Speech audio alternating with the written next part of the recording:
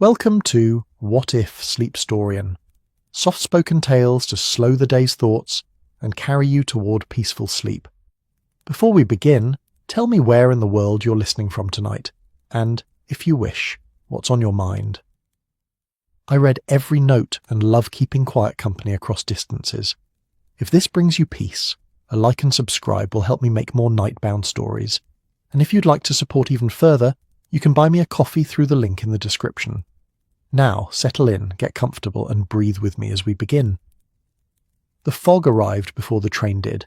It rolled across Dartmoor in the way only autumn fog knows how, thick as wool, patient as time, settling into the hollows and folds of the ancient landscape like a guest who'd come to stay. The air carried the scent of damp heather and distant peat fires, mingling with something sharper, the metallic tang of railway steam as it hissed into the small station at Tavistock. Beneath it all, fainter still, was the smell of horses, sweat and hay and leather, the perfume of a world built on speed and wages. Dr. John Watson stepped onto the platform and pulled his coat tighter against the October chill. The cold bit at his ears, insistent, the kind that made you wish for a fireside and a cup of something warm. Beside him, Sherlock Holmes emerged from the first-class carriage with the unhurried grace of a man who found weather to be an inconvenience of little consequence. He surveyed the moorland beyond the station with those sharp grey eyes, taking in the landscape as if reading a book written in contours and shadows. "Atmospheric," Holmes remarked, his voice carrying that familiar tone of detached interest. "Though one suspects the moor cares little for our opinions on the matter." Watson smiled despite himself. "You might at least pretend to feel the cold, Holmes." "Pretense is exhausting, Watson. I save my energy for more productive endeavours." Holmes adjusted his travelling cape and glanced toward the lone figure waiting at the far end of the platform, a man in a well-cut tweed suit, his face lined with worry that even the fog couldn't soften. "And unless I am greatly mistaken, that is Colonel Ross, looking precisely as anxious as his telegram suggested." The Colonel was indeed anxious. It showed in the way he gripped his walking stick, in the tightness around his mouth, in the quick, almost desperate stride with which he approached them. He was a military man turned horseman, the sort who'd traded battlefield command for stable-yard authority, and both roles had left their mark, straight-backed, weathered, with eyes that had seen too much to be easily fooled. Yet tonight, those eyes held something close to panic. "Mr. Holmes, Dr. Watson, thank God you've come." His voice was rougher than his appearance suggested, worn thin by sleepless nights. "I apologise for the urgency of my summons, but the situation is, well, it's beyond anything I've encountered." Holmes extended his hand in greeting, his expression attentive but unruffled. "Colonel Ross, your telegram was succinct but sufficiently alarming. A missing racehorse and a murdered trainer constitute reasonable grounds for urgency. Shall we proceed directly to King's Pyland, or would you prefer to brief us here in the dubious comfort of Tavistock Station?" "The carriage is waiting," Ross said, gesturing toward a well-appointed brougham standing just beyond the platform. "It's a short drive, but I can outline the essentials as we go. Time, Mr. Holmes, is very much of the essence." They climbed into the carriage, the interior smelling of polished leather and the faint musk of old tobacco. As the horses, living, breathing creatures Watson noted, not stolen or dead, pulled them out onto the moorland road, Colonel Ross began his account. His words came quickly, tumbling over one another in their haste to be heard. "Silver Blaze was my finest horse, a thoroughbred of impeccable lineage, 5 years old, destined for the Wessex Cup next week. His value, well, let us simply say that his loss represents a financial catastrophe, not to mention the damage to my reputation." Ross paused, swallowing hard. 3 nights ago, my trainer John Straker was found dead on the moor. His skull was shattered by a blow, and Silver Blaze was gone from his stall, vanished utterly. Watson leaned forward, his medical instincts engaged. And Straker's injuries, were they consistent with a fall, or was foul play evident? "The local inspector believes it was murder, though the weapon has not been found. Straker he was a good man, Doctor, reliable. He'd been with me for 8 years, knew every horse in the stable as if they were his own children." Ross's voice cracked slightly, and he looked away toward the fog-shrouded moor. "I cannot fathom why anyone would kill him, or why they would take Silver Blaze. The horse is too recognisable to sell, too valuable to harm. It makes no sense." Holmes had been silent throughout this recitation, his fingers steepled beneath his chin in that attitude of intense concentration Watson knew so well. Now he spoke, his tone measured and precise. "You say the horse is too recognisable to sell. Describe him for me, if you would, in detail." Colonel Ross blinked, surprised by the request. "Well, he's a baby. A rich brown coat, black mane and tail, stands just over 16 hands. He has a white blaze down his face, quite distinctive, and a white sock on his off hind leg. His build is magnificent, truly. Powerful hindquarters, deep chest, elegant head. There's not another horse in England quite like him." "Indeed," Holmes murmured, and Watson caught the flicker of something in his friend's expression. Interest, perhaps, or the first stirring of that peculiar excitement that always accompanied a puzzle worth solving. "And his temperament?" "Spirited but manageable. Straker was the only one who could truly handle him, though the head lad, Ned Hunter, has worked with him extensively. Silver Blaze responds to voice commands beautifully, unusually intelligent for a horse." Ross hesitated, then added, "There's a theory among the lads that he knows he's special. A bit of nonsense, of course, but, well, there was something knowing in that horse's eye." The carriage rattled over the uneven moorland road, and through the windows Watson could see nothing but grey fog and the occasional dark shape of a thorn tree twisted by years of wind. The world seemed to have contracted to this small moving space, insulated from the vast emptiness beyond. It was easy, in such conditions, to imagine things disappearing. Horses, men, certainties. "Tell me about the night of the disappearance," Holmes said. "Who was on watch?" "Ned Hunter and another lad, Thomas. They'd been instructed to keep special vigilance. There'd been some concern about a stranger seen lurking near the stables in the preceding days, a man with a peculiar gait, dressed in grey check. Inspector Gregory suspects he may be involved, though we've had no luck locating him." "A stranger in grey check," Holmes repeated, his tone suggesting he found this detail less compelling than the Colonel hoped. "How convenient. And on the night in question, what did Hunter and Thomas observe?" Ross shifted uncomfortably. "That's the troubling part, Mr. Holmes. According to Hunter, he heard nothing unusual until he woke, which he shouldn't have done, as he was supposed to remain alert. Someone had drugged their supper, you see, powdered opium in their curried mutton. When Hunter finally roused himself, groggy and confused, he found Straker gone from his quarters and Silver Blaze missing from his stall." Watson frowned. "The opium suggests premeditation. Someone planned this carefully." "Indeed," said Holmes. "And yet they left witnesses alive, stable doors accessible, and a body on the moor to be discovered, either remarkably sloppy for a premeditated crime or remarkably deliberate. Colonel Ross, one final question before we arrive. Has Silver Blaze always been stabled at King's Pyland?" "Always. I purchased him as a yearling from a breeder in Ireland. Excellent bloodlines, son of Isonomy out of a mare by Stockwell. He's been with me ever since, trained specifically for racing. Why do you ask?" Holmes waved a hand vaguely. "Merely establishing the chronology. Ah, we appear to have arrived." Through the fog, the shapes of buildings emerged, low stone structures huddled against the moorland weather, with the taller lines of a main stable block rising behind them. Lanterns glowed in the murk, casting pools of amber light that fought and lost against the encroaching darkness. The smell of horses grew stronger, mixed now with hay and manure and the indefinable scent of a working stable, earth and effort and the warm breath of animals. Colonel Ross led them first to the main stable, where several grooms stood about, looking worried and exhausted. They straightened at the sight of their employer, offering respectful nods and murmured greetings. Holmes ignored them entirely, his attention fixed on the empty stall at the far end of the row. A brass nameplate gleamed in the lamplight. Silver Blaze. The stall door stood open, the space within shadowed but clearly vacant. Fresh straw covered the floor.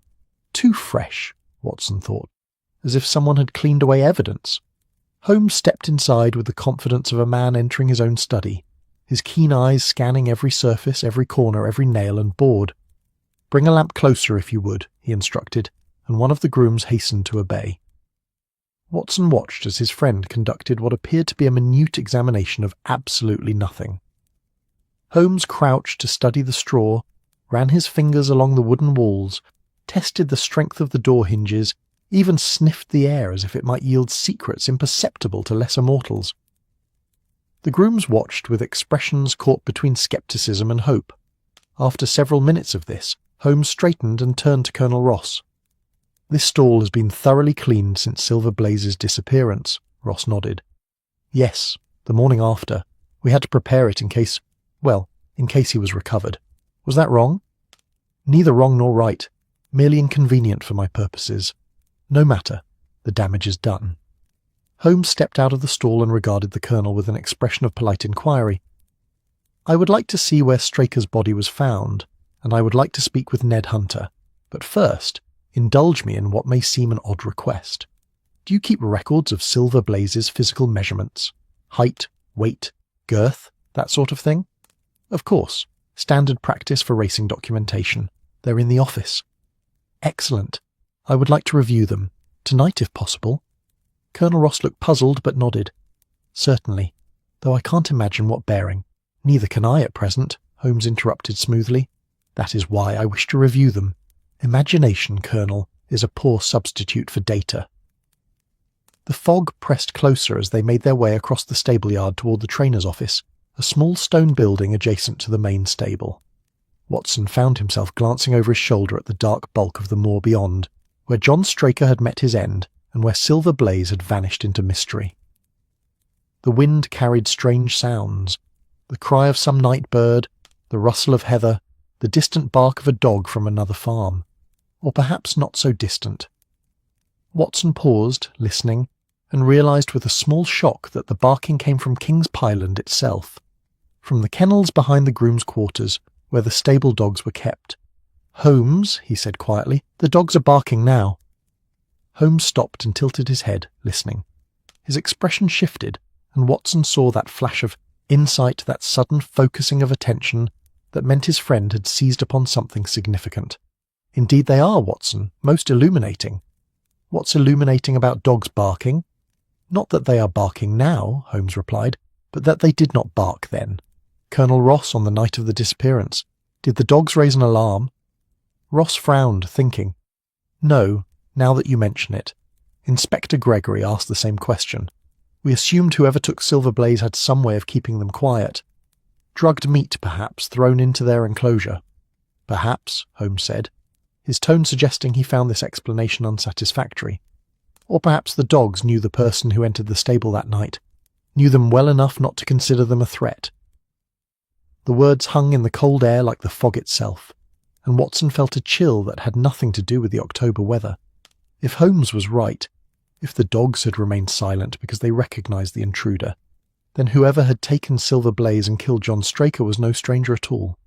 They had been someone the dogs trusted, someone familiar, someone perhaps from King's Pyland itself. Morning arrived with reluctance, as if the sun itself found Dartmoor's autumn gloom persuasive. The fog had thinned during the night but not departed, transforming from impenetrable wool to something more like gauze, translucent enough to suggest shapes and distances, opaque enough to keep secrets. Watson woke in the guest room of Colonel Ross's residence, a comfortable stone house attached to the stable complex, to the sound of horses being led out for morning exercise and the low murmur of grooms going about their work. The smell of breakfast drifted up from below, kippers and eggs, toast and strong tea, the dependable anchors of an English morning.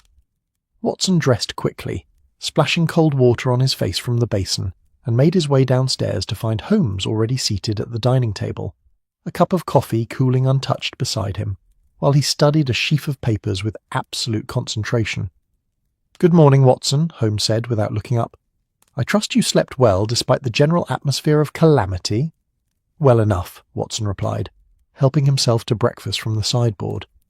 "Though I confess the case kept intruding on my dreams. Have you been up long?" "I never went to bed. Sleep seemed an unnecessary luxury when Colonel Ross's record books proved so illuminating." Holmes finally glanced up, his eyes bright with that particular energy that meant he'd found something worth pursuing. "Tell me, Watson, what do you know about thoroughbred breeding?" Watson settled into his chair, knife and fork in hand. "Very little beyond the basics. Good bloodlines, careful selection of mare and stallion, registration with the authorities. It's rather like an aristocratic marriage, I've always thought. Everyone concerned with pedigree and nobody much interested in happiness." A ghost of a smile crossed Holmes's face. An apt comparison, if somewhat cynical. The thoroughbred industry in England is built upon record-keeping of almost obsessive precision. Every horse's lineage is documented, every measurement recorded, every race result catalogued. It is a system designed to prevent fraud and ensure authenticity. He tapped the papers before him, which makes certain discrepancies in these records all the more intriguing. Before Watson could inquire further, Colonel Ross entered, looking haggard but determined. He'd clearly slept as poorly as his worried expression suggested, and the lines around his eyes had deepened overnight. He poured himself tea and sat heavily at the table's head. "Mr. Holmes, have you formed any theories? Inspector Gregory is expected this morning, and he'll want to coordinate efforts. He's a good man, competent enough, though perhaps lacking in imagination." "Inspector Gregory is indeed competent within his limitations," Holmes agreed diplomatically. "As for theories, I prefer to gather data before indulging in speculation. To that end, I would like to speak with Ned Hunter this morning, and I would like to visit the location where Straker's body was discovered. But first, Colonel, I have a question about Silver Blaze's early life." Ross looked surprised. "His early life? What bearing could that have?" "Possibly none. Possibly everything. You mentioned you purchased him as a yearling from an Irish breeder. Do you recall the circumstances?" The Colonel frowned, thinking back. "It was, let me see, 5 years ago, in the autumn. I'd heard reports of an exceptional colt, son of Isonomy, a champion racer in his day, out of a mare with excellent stamina lines. I travelled to County Kildare to view him, found him everything promised, and purchased him for a substantial sum. 3,000 guineas, if memory serves." "A considerable investment," Watson observed. "Indeed, but one that has paid dividends. Silver Blaze won his first race at 2 years old, and has been nearly unbeatable since. His winnings have far exceeded his purchase price and his stud value." Ross trailed off, pain crossing his face. His stud value would have been immense had he survived to retirement. Holmes leaned forward slightly. "When you viewed him in Ireland, was he alone, or were there other horses from the same breeding?" "Oh, several others. The breeder, a man named O'Malley, had quite a successful operation. Why do you ask?" "Merely curious about the context. And during Silver Blaze's time with you, has he had any illnesses, injuries, or unusual incidents?" Ross shook his head. "Nothing significant. The usual minor scrapes and strains that any racehorse accumulates, but Straker was meticulous about his care. He kept detailed notes on every aspect of Silver Blaze's health and training, feeding schedules, exercise routines, even temperament observations. Those records are in the office, if you'd like to review them." "I would indeed." Holmes drained his coffee cup and stood. "Shall we begin?" The trainer's office was a small, cluttered space that smelled of leather oil, old paper, and the faint sweetness of horse liniment. Autumn light filtered through a single window, illuminating dust motes that danced in the air like tiny, drowsy spirits. The walls were lined with shelves holding record books, racing forms, veterinary guides, and various bits of tack in need of repair.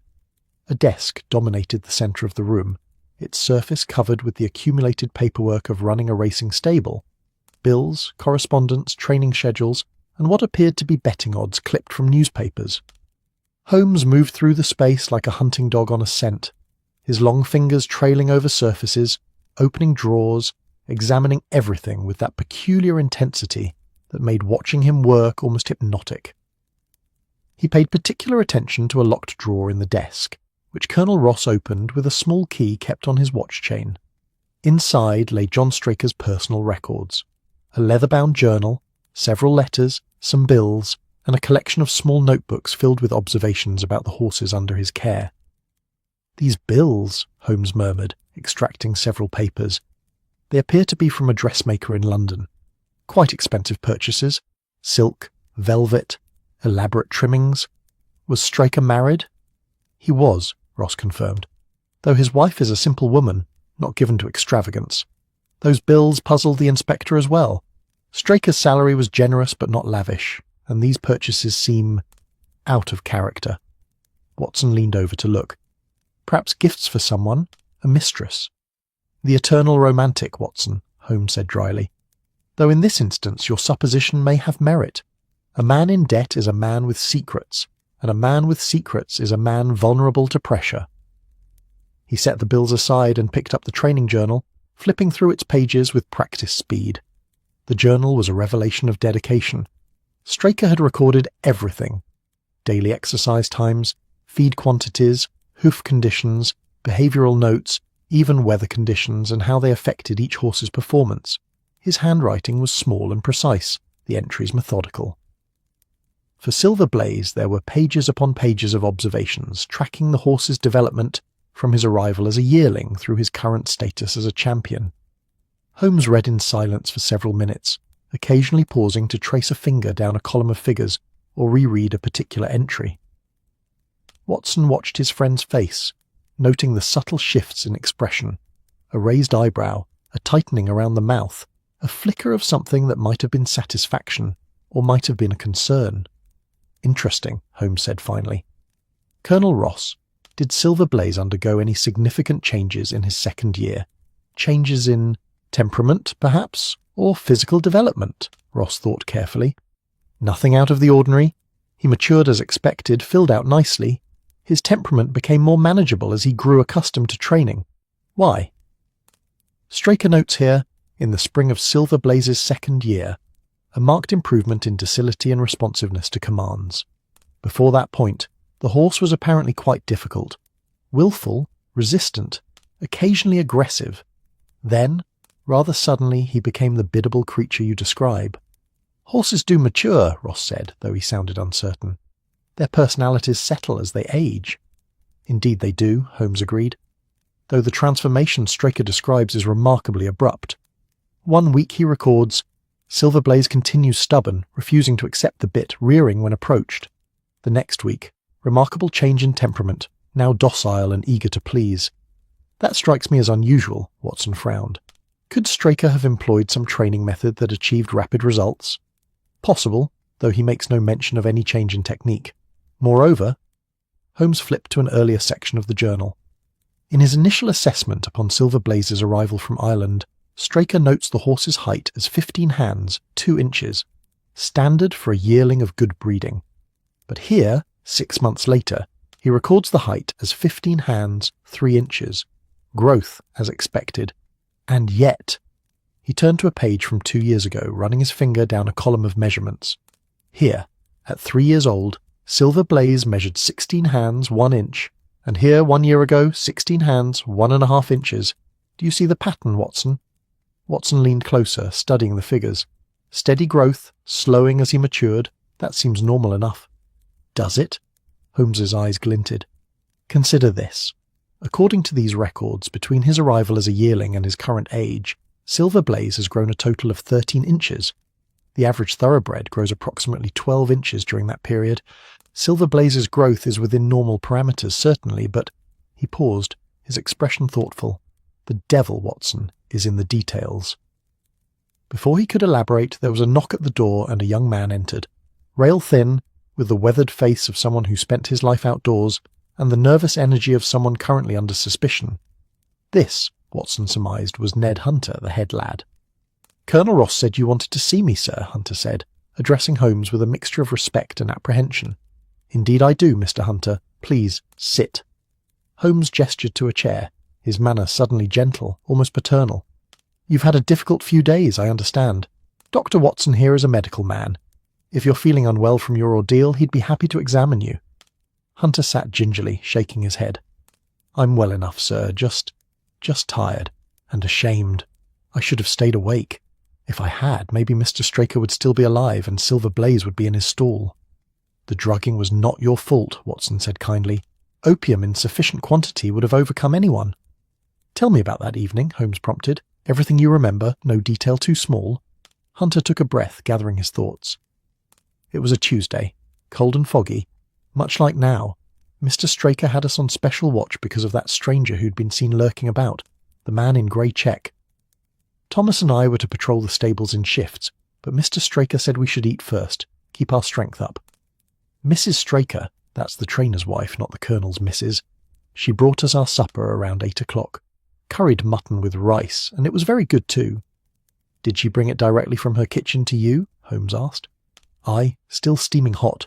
We ate it in the tack room, both of us together. Thomas finished first and went to start his patrol while I cleaned up. That's the last thing I remember clearly, wiping my plate. And then? He shook his head, frustration evident. Then it's all fog and confusion. I remember feeling heavy, tired, like my limbs were made of lead. I tried to get up, thinking I should check on the horses, but I couldn't seem to manage it. Next thing I knew, it was past midnight, and I was on the floor of the tack room with the worst headache of my life. And Thomas? Same state as me, sir, sprawled on the floor near Silver Blaze's stall, out cold. We roused each other as best we could and went to wake Mr. Straker, but Hunter's voice cracked. But he wasn't in his quarters. That's when we found Silver Blaze's stall empty, and we knew something terrible had happened. Holmes nodded slowly. When did you last see Silver Blaze before the drugging?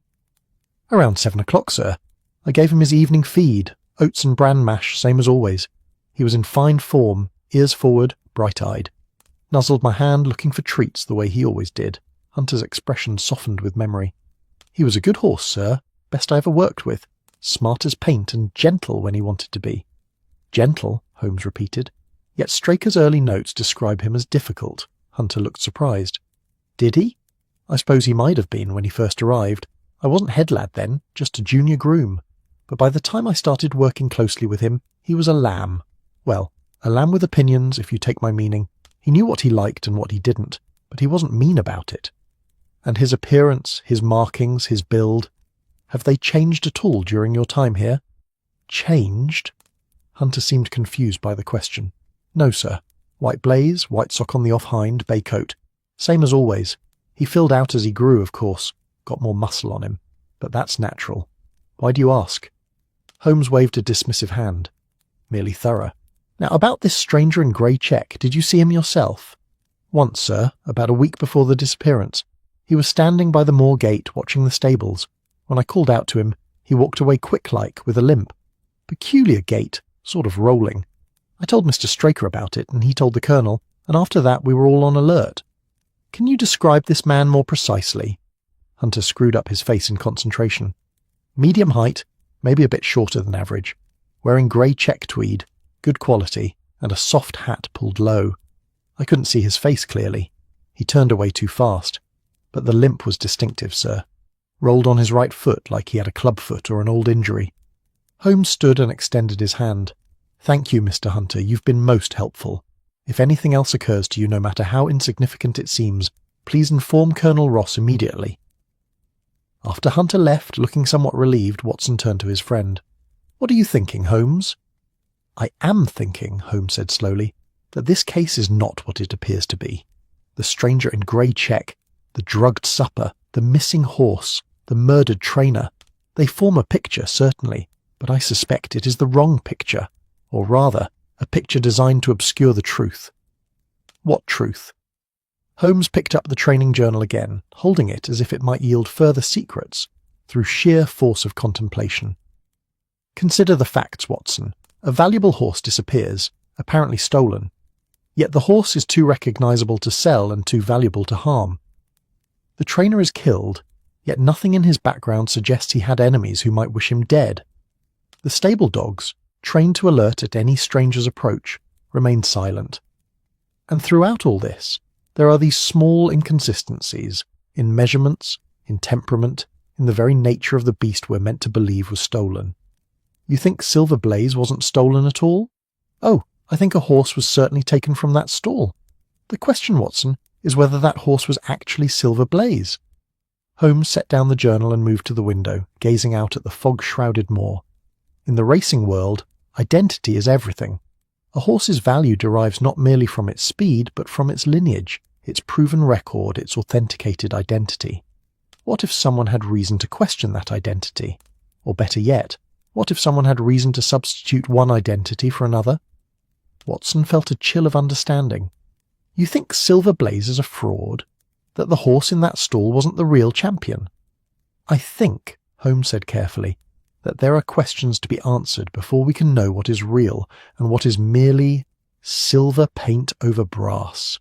Come, Watson, it's time we examined the scene of Straker's death. The moor may have secrets the stable cannot tell. They found their coats and prepared to venture out into the grey morning leaving the warm smells of the stable behind. Colonel Ross joined them, his face set with grim determination, and together they walked toward the wild heart of Dartmoor, where fog and mystery waited with ancient patience. The heather crunched softly beneath their feet, and somewhere in the distance a curlew called its lonely cry. Watson found himself thinking of Hunter's words. He was a lamb, and wondering whether the lamb in question had been quite what everyone believed. The moor opened before them like a page from some ancient unfinished manuscript, all grey ink and uncertain margins, the text obscured by time and weather. The fog had settled into a strange pattern, thick in the hollows but thin along the ridges, so that walking across Dartmoor felt like wading through alternating currents of clarity and confusion. One moment, Watson could see 50 yards ahead to where a standing stone marked some forgotten boundary. The next, the world contracted to an arm's length, and even Colonel Ross, walking just beside him, became a shadow in the mist. Holmes moved ahead with that peculiar certainty he always displayed when following a trail, his sharp eyes scanning the ground, his long legs eating up the distance with economical strides. He'd said little since they left the stable, his mind clearly occupied with the puzzle taking shape behind those keen grey eyes. Watson had learned long ago not to interrupt such silences. His friend's best thinking happened in these moments of apparent distraction, when the world receded and only the problem remained. The location of Straker's death lay perhaps half a mile from King's Pyland, in a shallow depression where the heather grew thick and the ground turned soft underfoot. Colonel Ross led them there with the resigned air of a man revisiting a nightmare. The site had been marked by the police with small stakes driven into the earth, though the fog made them difficult to see until one was nearly upon them. "Here," Ross said quietly, stopping at the edge of the depression. "This is where the moorkeeper found him, early Wednesday morning. Face down, his skull crushed, the ground beneath him soaked with, well, you can imagine." Holmes descended into the hollow with the careful attention of a man reading tracks in snow. He crouched low, examining the trampled heather, the disturbed earth, the patterns of disturbance that told their silent story. Watson remained at the edge with Colonel Ross, giving his friend space to work, though he watched with the keen interest of a man who'd witnessed this ritual many times before. "The grass here was torn up," Ross continued, his voice subdued by the fog's dampness. "Inspector Gregory believes there was a struggle. They found a cravat, Straker's cravat, caught on that gorse bush there, as if he'd been running and it had been pulled from his neck. And here, near where his head lay, they found a small knife. Surgical quality, very sharp, with an ivory handle. Straker's initials were engraved on it." "A surgical knife," Holmes murmured, not looking up. "Used for what purpose, did the good inspector determine?" "He theorized it might have been a weapon, though it seems too small for the damage done to Straker's skull. The real murder weapon hasn't been found, presumably taken by the killer." Holmes straightened, his expression thoughtful. "Or perhaps never here at all. Tell me, Colonel, in your experience, what would bring a horse trainer onto the open moor at midnight alone, carrying a surgical knife?" Ross frowned. "I've puzzled over that endlessly. Perhaps he heard something suspicious and went to investigate. But why bring such a knife, and why not wake the grooms?" Questions indeed. Holmes turned slowly, surveying the hollow from all angles, his gaze taking in the slopes, the sight lines, the distances to various landmarks barely visible through the fog. "Watson, come down here if you would. I should like your medical opinion on something." Watson made his way carefully down the slope, mindful of the damp earth. Holmes gestured to a patch of ground near the centre of the depression. The body lay here, face down, head pointing roughly north-northeast. The skull was fractured. Inspector Gregory's report indicates a crushing blow to the left parietal bone. Given your experience with such injuries, what implement might cause such damage? Watson knelt, examining the ground as if Straker's body still lay there. "A heavy object with a relatively small striking surface," he said after a moment. "A hammer, perhaps, or the head of a shovel. Possibly a stone, if wielded with sufficient force. The blow would need to be quite powerful to fracture the skull, either a very strong individual or someone striking from an advantageous position." "Such as above?" "Certainly. A blow delivered from above with the victim already on the ground or crouching would require less force to produce fatal damage." Holmes nodded slowly. "And the angle of such a blow, would it suggest the victim was facing his attacker or turned away?" Watson considered this carefully. "The left parietal bone, you said?" That's the left side of the skull, slightly toward the back. If Straker was facing his attacker, the blow came from the attacker's right hand, swinging in a diagonal arc. If Straker was turned away, he paused, working through the geometry. It's difficult to say with certainty without seeing the actual wound, but the position suggests he may have been partially turned, perhaps trying to flee or defend himself. Or, Holmes said quietly, trying to control something that was struggling. Watson looked up, startled. You think he was struck while trying to restrain someone? Or something? I think the evidence admits multiple interpretations, and we should be cautious about accepting the most obvious one. Holmes moved to where the cravat had been found, examining the gorse bush with minute attention. Colonel Ross, you said Straker was devoted to his horses, treating them like children. Absolutely. He was meticulous about their care, almost obsessive. And would he, under any circumstances, deliberately harm a horse in his charge? Ross's face darkened. Never. The very suggestion is obscene. Straker loved those animals. Love, Holmes murmured, is a complicated emotion, particularly when money enters the equation. Those bills from the London dressmaker, do you have any explanation for them? None that makes sense, Ross admitted. Mrs. Straker is a modest woman, and even if she'd suddenly developed expensive tastes, Straker's salary wouldn't support such extravagance. The purchases totalled over £70, nearly a year's wages for a trainer. Holmes's eyebrows rose fractionally. £70, a significant sum. Significant enough to drive a man to desperate measures, perhaps, if he'd accumulated debts he couldn't pay. Watson felt the pieces beginning to shift, though he couldn't yet see the pattern they formed. You think Straker was in financial trouble? That someone was pressuring him? I think, Holmes said, climbing back up the slope, that we need to understand more about the racing world's economics, the betting, the odds, the ways in which fortunes are made and lost on the outcome of a single race. Colonel Ross, Silver Blaze was heavily favoured for the Wessex Cup, I believe. The favourite, Ross confirmed. Odds of 3-1, which in racing terms means near certainty. His only real competition was Desborough, from Sir Robert Norberton's stable, and even Desborough wasn't expected to seriously challenge him. And if Silver Blaze were to suddenly withdraw, or worse, lose, those who'd bet against him would profit handsomely. Yes, but...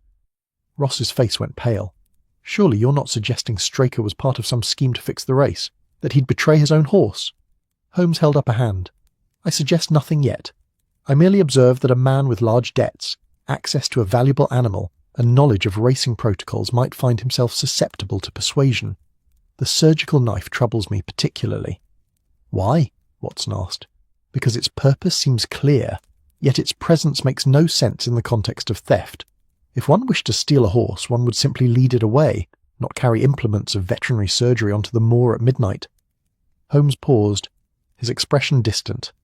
Unless one's purpose was not to steal the horse at all, but to ensure it could not race.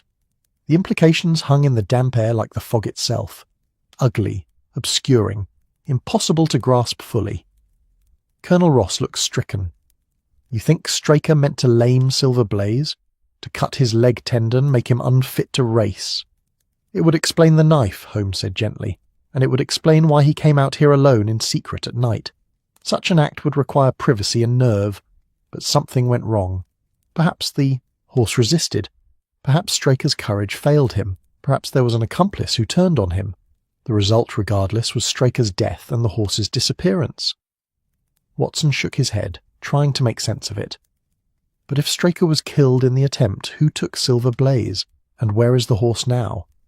Excellent questions, Watson, to which I do not yet have satisfactory answers. However, I have a theory forming, and to test it, I need to visit another stable. Holmes turned to Colonel Ross. Mapleton, Sir Robert Norberton's establishment, is not far from here, I believe.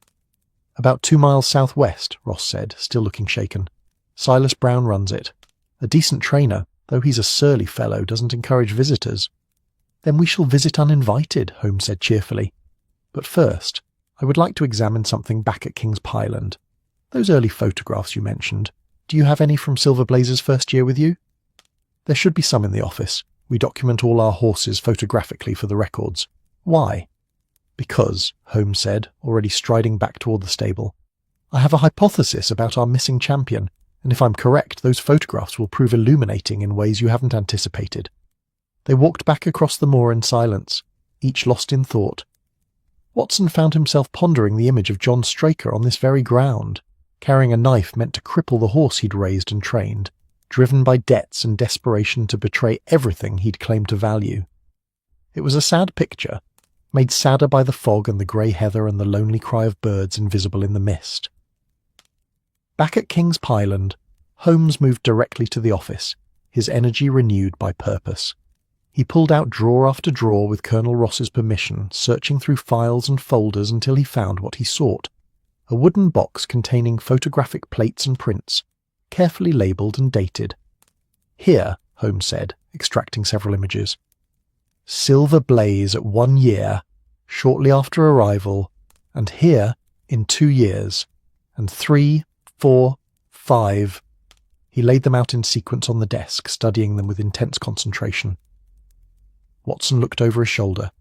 The photograph showed a handsome bay colt growing into a magnificent stallion, the progression from gangly youth to powerful maturity captured in silver and shadow. The distinctive white blaze was visible in each image, as was the white sock on the off hind leg. "What are you looking for?" Watson asked. "Confirmation," Holmes murmured. He pulled a magnifying glass from his pocket and examined each photograph minutely, paying particular attention to the markings, the proportions, and the subtle details that distinguished one horse from another. After several minutes of this intense scrutiny, he straightened with an expression of grim satisfaction. "Colonel Ross, do you have the original purchase documents? From Ireland? The bill of sale? Any certificates of lineage? Anything from O'Malley's establishment?" Ross retrieved a folder from a locked cabinet. "Everything's here." O'Malley was quite thorough with documentation. Registration papers, veterinary certificates, lineage charts going back 4 generations. Holmes spread these documents out beside the photographs, cross-referencing information with the speed of a man accustomed to processing large amounts of data quickly.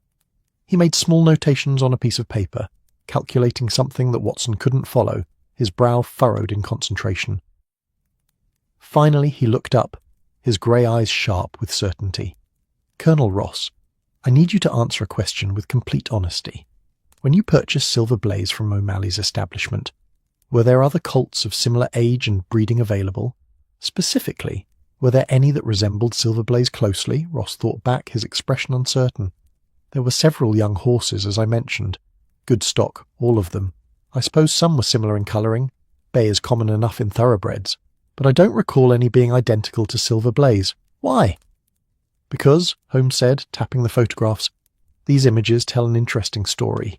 The measurements in Straker's journal, when compared to the documented growth rates in veterinary literature, suggest normal development. However, when I examine these photographs in detail, paying attention to the precise placement of markings, the proportions of the skull, the set of the ears, I notice something peculiar." He pointed to the earliest photograph. "This yearling has a white blaze that is broader at the top, tapering to a point just above the nostrils. See here." Then he indicated a later photograph. "This 3-year-old has a blaze that is more uniform in width, with a slight irregularity at the midpoint. Not dramatically different, certainly. One would need to look closely to notice, but different nonetheless." Watson leaned closer, squinting at the images. Could it not simply be the angle of the photograph, the lighting? "I considered that possibility. However, there are other discrepancies." Holmes pointed to various details. The exact shape of a particular whorl in the coat, the slight variation in the white sock's upper edge, the subtle differences in facial structure. Taken individually, each might be dismissed as a photographic artifact or natural variation. Together they suggested something more troubling. "Are you saying," Colonel Ross asked slowly, his voice strained, "that the horse in these later photographs is not the same horse as in the earlier ones?" "I am saying," Holmes replied carefully, "that we should consider the possibility that at some point between his arrival as a yearling and his current status as a champion, Silver Blaze was replaced by a different horse, one similar enough to pass casual inspection but not identical upon close examination." The words fell into the quiet office like stones into still water, ripples of implication spreading outward.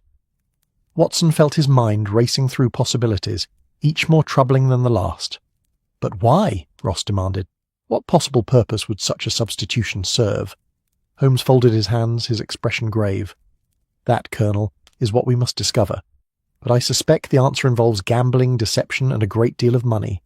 Tell me, Does the name O'Malley mean anything to you beyond your initial transaction? No, nothing. I've had no contact with him since the purchase. And if I suggested that Silver Blaze might have had a twin, a brother from the same mare, born at the same time, would that strike you as possible? Ross's eyes widened. Twins are rare in horses, but not unknown. If there were twins... He trailed off, the implications dawning. Good God. If there were twins, and someone kept one hidden, they could switch them at will. The betting, the races, the entire system depends on each horse being unique, identifiable. If you could control both horses, you could control the outcome of races, Holmes finished. You could lay bets knowing which horse would truly compete, or arrange for the inferior twin to race under the champion's name, ensuring a loss while the real champion remained safe. It would be an elaborate fraud, certainly, but one worth executing if the financial rewards were sufficient. Watson felt cold despite the officer's warmth. And Straker discovered this? Is that why he was killed? Perhaps he discovered it. Or perhaps... Holmes paused, his expression darkening. Perhaps he was part of it from the beginning, and his death was the result of falling out with his co-conspirators. The surgical knife suggests he intended to harm a horse. But which horse? The champion, to ensure its loss, or the substitute to eliminate evidence of fraud? The three men stood in silence, surrounded by photographs and documents that suddenly seemed less like records and more like artifacts of a vast deception.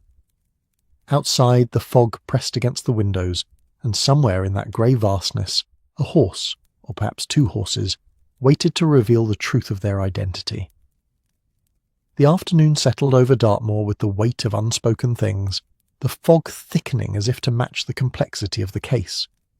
Holmes sat in Colonel Ross's drawing room, a fire crackling in the grate, papers spread across the table before him like the pieces of a puzzle waiting to be assembled.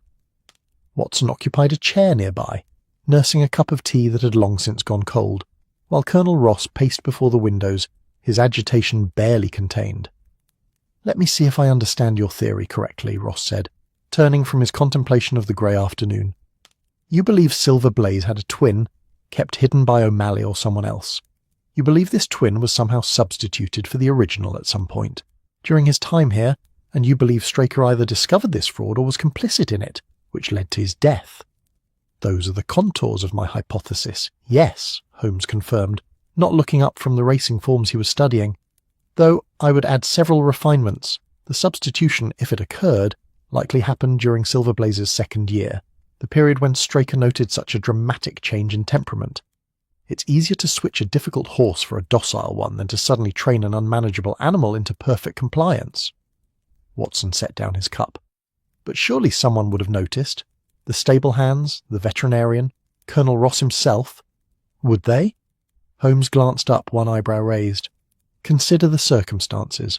Horses of the same breeding can be remarkably similar, particularly siblings. Add to that the natural changes of maturation. A yearling looks quite different from a 2-year-old, a 2-year-old from a 3-year-old. If the substitution were done carefully, during a period of expected change, and if the substitute were indeed a twin with nearly identical markings, who would question it? People see what they expect to see, Watson. A bay colt with a white blaze becomes Silver Blaze because that's what we're told he is." "But the measurements," Ross protested. "Straker recorded everything. Surely a different horse would have different proportions." "Not if the horses were twins, born minutes apart, raised under similar conditions.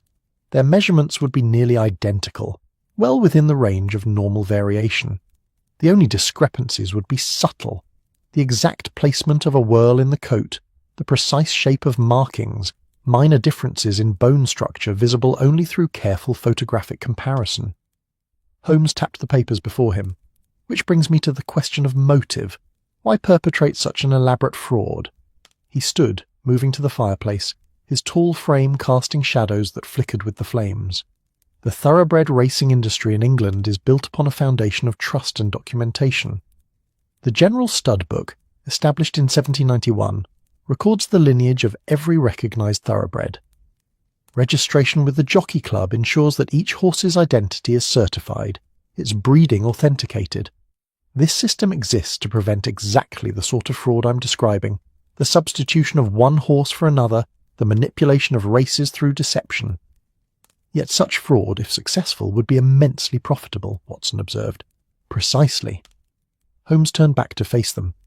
Consider the mathematics of betting. Silver Blaze, as a proven champion, carries odds of 3-1, conservative odds reflecting his expected dominance. A wager of £1,000 on Silver Blaze to win returns £3,000 if he succeeds. But now, suppose you possess knowledge others lack. Suppose you know that the horse racing under Silver Blaze's name is actually an inferior twin likely to lose. You lay bets against Silver Blaze, which given his reputation offers much longer odds, 10-1 perhaps, or even 20-1. That same £1,000 wagered on his defeat could return 10,000 or 20,000. Colonel Ross sank into a chair, his face pale. Good Lord, the sums involved are substantial enough to justify murder, particularly if one's co-conspirators felt betrayed or threatened with exposure. Holmes resumed his seat, pulling several racing forms toward him. I spent the early morning hours examining the betting patterns for Silver Blaze's recent races, using data Colonel Ross kindly provided. The results are illuminating. He spread several sheets across the table, covered in his neat handwriting. Columns of figures, calculations, annotations in red ink underlining significant patterns. Silver Blaze has run in 12 major races over the past 3 years. Of those 12, he won 10. The 2 he lost occurred 18 months apart, one in his second year, one in his fourth. Both losses were unexpected, causing significant upsets in the betting markets. In both cases, substantial sums were wagered against him shortly before the race, at odds that proved extremely favourable to those who bet on his defeat. Watson leaned forward to examine the figures. Insider knowledge. More than that, insider control.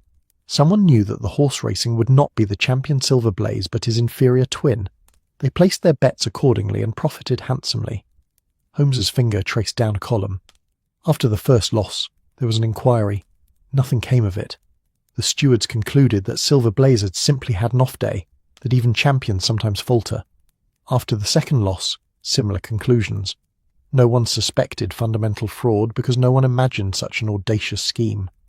But John Straker, Ross said quietly, he would have known. As the trainer handling the horse daily, he couldn't be deceived. Exactly. Which means either Straker was complicit from the beginning, or he discovered the truth and was silenced before he could reveal it. Holmes paused, his expression thoughtful. The bills from the London dressmaker suggest financial pressure. £70 is a considerable debt for a man of Straker's station.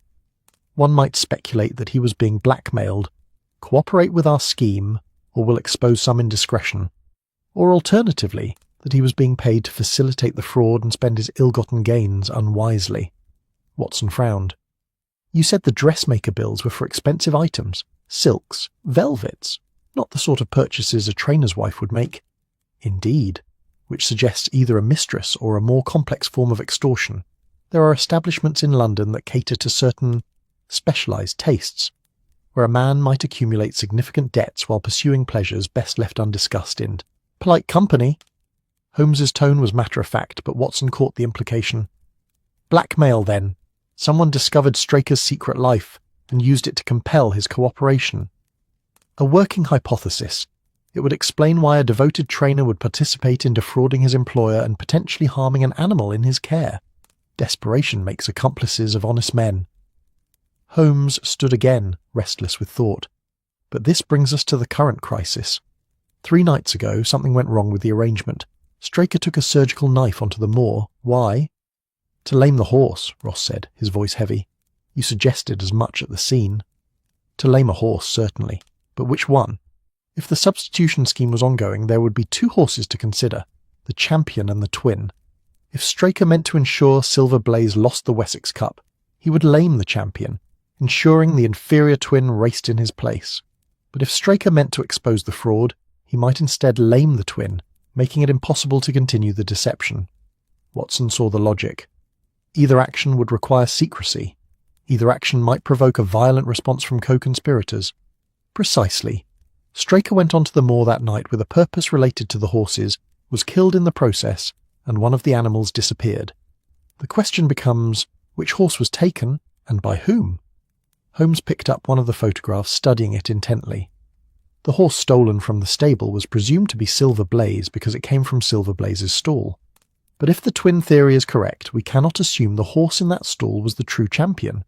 It might have been the substitute. Then where's the real Silver Blaze? Ross demanded. That, Holmes said quietly, is what we must discover, and I believe the answer lies at Mapleton, Sir Robert Norberton's establishment, under the care of the estimable Silas Brown.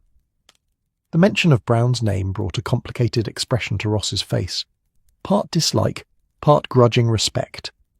Brown's a difficult man, as I mentioned. A competent trainer knows his horses, but he's got a temper like a cornered badger. Rumours of sharp practices, though nothing proven. He and Straker didn't get along, professional rivalry mostly. Desborough is a good horse, and Brown thought he should have beaten Silver Blaze more often than he did. Interesting, Holmes murmured. Professional rivalry provides motive for fraud. If Brown knew about the twin, if he'd been recruited into the scheme, he'd have reason to ensure the inferior horse raced while keeping the champion hidden. And if Straker threatened to expose the arrangement, he left the implication hanging.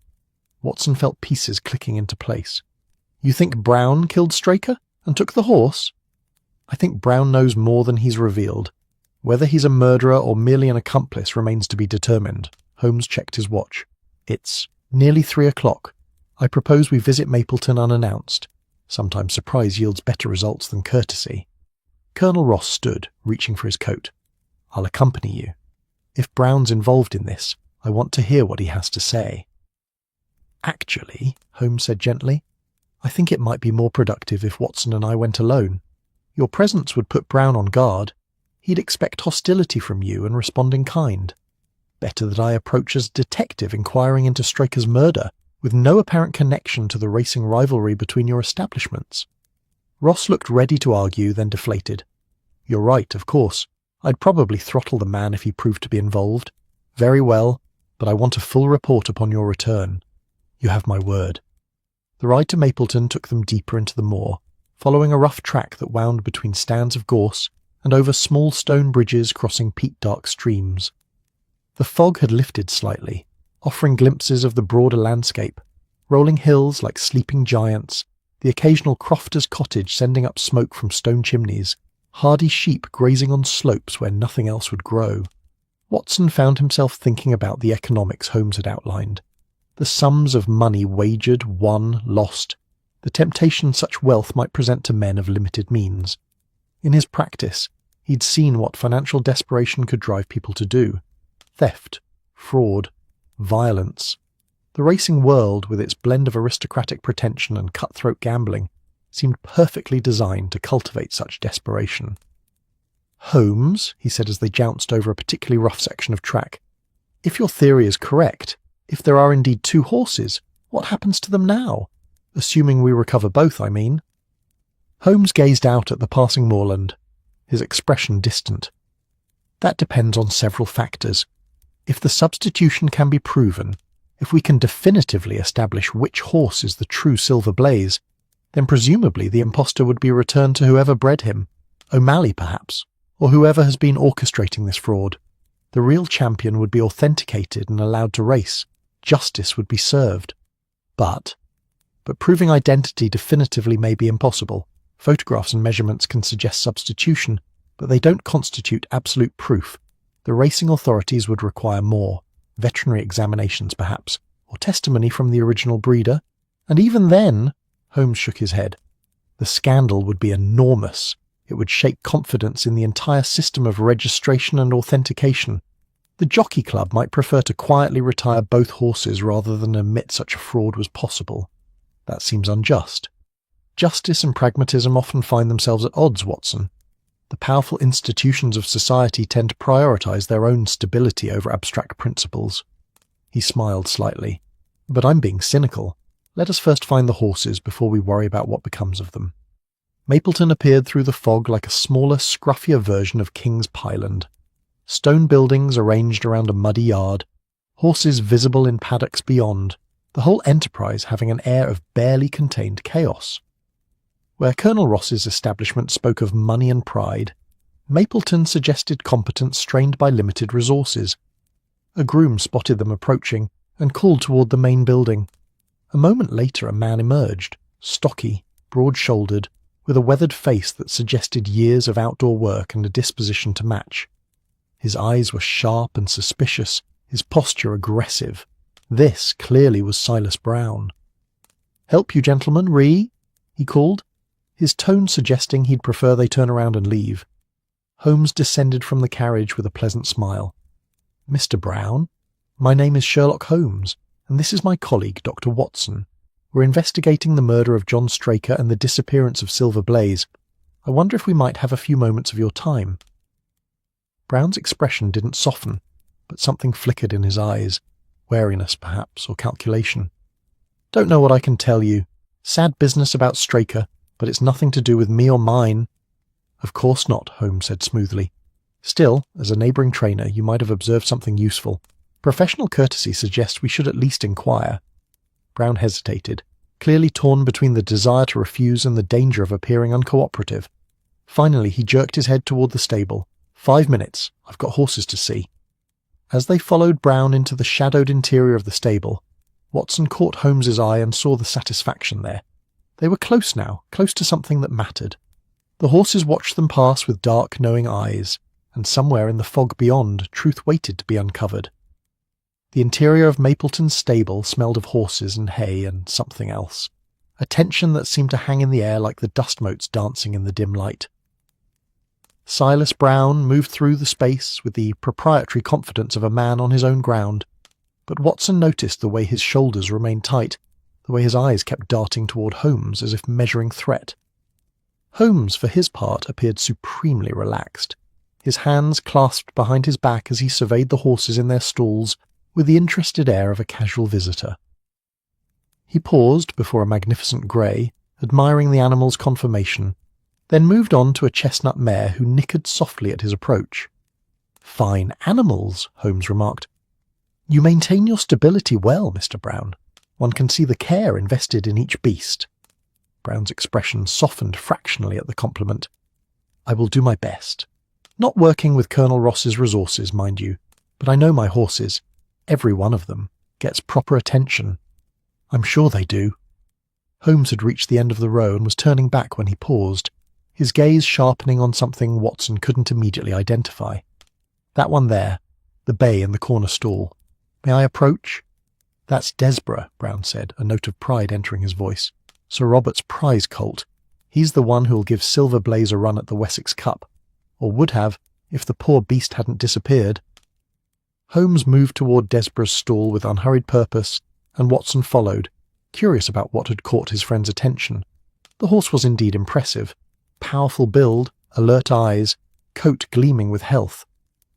But as Holmes drew closer, Watson saw him glance not at Desborough, but at the stall beyond, which stood in deeper shadow. "And that one?" Holmes asked casually. "I can barely see him in the dimness."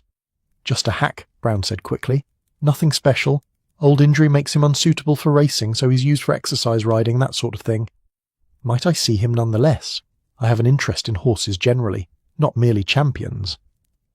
Brown hesitated, and in that hesitation Watson saw confirmation of Holmes's suspicions. The trainer didn't want them approaching that shadowed stall, which meant, by the peculiar logic of investigation, that approaching it was precisely what they should do. "Suit yourself," Brown said finally, his tone elaborately casual. "Though there's not much to see. As I said, it's just an old hack." Holmes moved past Desborough's stall to the one beyond, where a bay horse stood partially obscured by shadow. As Watson's eyes adjusted to the dimness, he saw what had caught Holmes's attention. A white blaze running down the animal's face, a white sock on one leg, the distinctive markings of— "Interesting," Holmes murmured, his voice so soft that only Watson heard. Louder, he said, "You're quite right, Mr. Brown. Nothing particularly remarkable, though he has good bone structure despite his injury. What was the nature of the damage?" "Strained tendon," Brown said. "Happened during training. He's sound enough for light work, but couldn't handle racing." Holmes nodded thoughtfully, then turned away from the stall with apparent disinterest. "Well, thank you for indulging my curiosity. Now, regarding John Straker, did you know him well?" Brown relaxed visibly now that Holmes had moved away from the mysterious bay. "Well enough. We'd cross paths at race meetings, exchange professional observations. Can't say we were friends. He worked for Ross, I worked for Sir Robert, and there's natural rivalry there. But I respected his skill. He knew horses. Did he ever visit Mapleton?" "Occasionally. Professional courtesy. Checking on Desborough before a race, that sort of thing. The last time would have been... Brown frowned, calculating. 3 weeks ago, maybe a month. Nothing unusual about it. And on the night of his death. 3 nights ago? Where were you, if you don't mind my asking? Brown's eyes narrowed. Right here, same as every night. Ask any of my grooms. I sleep in the quarters above the stable. Never left the property. Can anyone verify that? My head lad, Tom Jeffries. We played cards until near midnight, then I turned in. He'll tell you the same. Holmes smiled pleasantly. I'm sure he will. And you heard nothing unusual that night? No disturbances from the direction of King's Pyland? Mr. Holmes, King's Pyland is 2 miles across open moor. I could hardly hear any disturbances from there even if I was listening, which I wasn't. Brown crossed his arms. Now, if that's all, I really do have work to attend to. Of course. Just one more small thing. Holmes's tone remained light, conversational. The stranger in grey check who was seen near King's Plant before the theft. Have you encountered anyone matching that description? Grey check? Brown shook his head. Can't say I have. Why? No reason, merely thoroughness. Holmes extended his hand. Thank you for your time, Mr. Brown. You've been most helpful. Brown shook hands warily, clearly uncertain whether he'd been helpful or not, and escorted them back to their carriage with the evident relief of a man seeing unwelcome guests depart. As they drove away, Watson waited until they were well out of earshot before speaking. That bay in the corner stall was not a hack with an old injury, Holmes finished. Did you observe his condition, Watson? The muscle tone, the gleam of his coat, the alertness in his eye? That's a horse in racing condition, recently exercised, well-fed, and decidedly sound. Moreover, his markings matched the description of Silver Blaze with suspicious precision. Then we found him. We should return immediately, confront Brown. And achieve what precisely? Brown would deny everything, claim the horse is exactly what he says, and we'd have no proof to the contrary beyond my observations, which a court would consider insufficient. Holmes shook his head. No, we need more. We need to establish the horse's true identity beyond doubt, and we need to understand the full scope of the conspiracy. Watson settled back against the seat, frustrated but acknowledging the logic. So what do?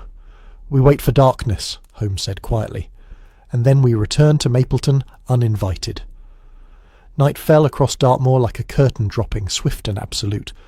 The fog, which had thinned during the afternoon, returned with the darkness, rolling in from the moors in waves of grey and silver, swallowing landmarks and muffling sounds.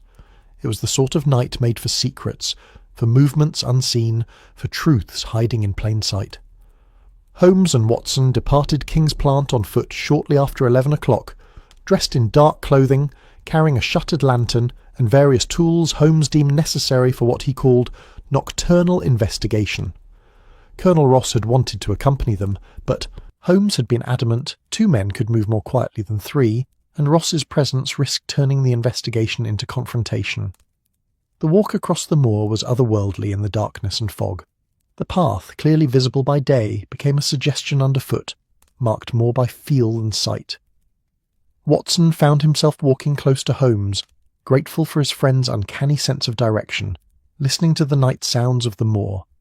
Wind in the heather, the distant cry of some hunting bird, the soft squelch of peat beneath their boots. "Tell me your thoughts," Holmes said softly as they walked. "Not about the case, but about the horses themselves.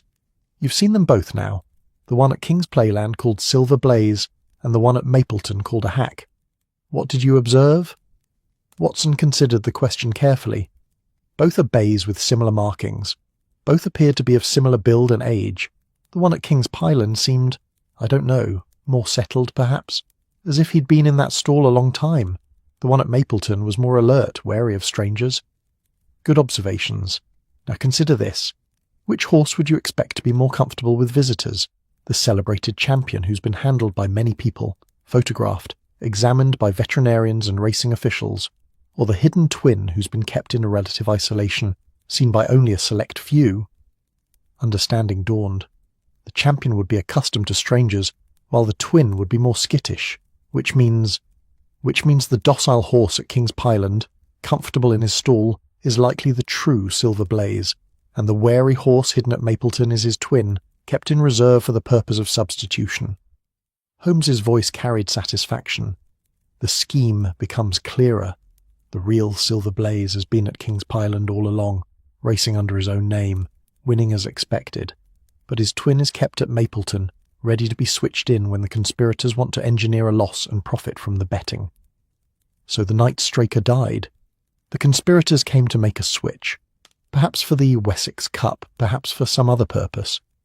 But Straker objected, or demanded a larger cut, or threatened exposure. He was killed, and in the confusion, the wrong horse was taken. Or perhaps... Holmes paused. Perhaps the right horse was taken, but not for the reasons we initially assumed. They had reached Mapleton now, the dark shapes of buildings barely visible through the fog. No lights showed in the windows. The establishment was asleep, trusting in isolation, and the moor's natural defences against intruders. Holmes led Watson around to the rear of the stable, moving with the confidence of a man who'd studied the layout during their earlier visit. The stable door was locked, but locks held few mysteries for Sherlock Holmes. Within moments, they slipped inside, closing the door softly behind them. The interior was pitch black, filled with the warm smell of horses and the soft sounds of animals stirring in sleep. Holmes opened the lantern's shutter just enough to cast a thin beam of light, guiding them through the rows of stalls. The bay Hack stood in his corner stall, awake and alert. His ears pricked forward as they approached, and he regarded them with obvious intelligence. Holmes opened the stall door slowly, speaking in low, soothing tones, the sort of sounds that transcend words and communicate only intention and calm. "Easy, boy, easy now. We mean you no harm." The horse allowed Holmes to approach, though his muscles remained tense, ready for flight. Holmes ran his hands over the animal's body with the practiced touch of someone who knew what he was looking for, checking confirmation, feeling for old injuries or irregularities, examining the set of bones and the quality of muscle. "Watson," he murmured, "bring the light closer. I want to examine his markings in detail." Watson brought the lantern near, and in its dim glow they studied the white blaze, the white sock, the small whorls and irregularities that marked this particular animal as unique. Holmes pulled a folded paper from his pocket, one of the photographs from King's Pyland, and held it where he could compare the image to reality.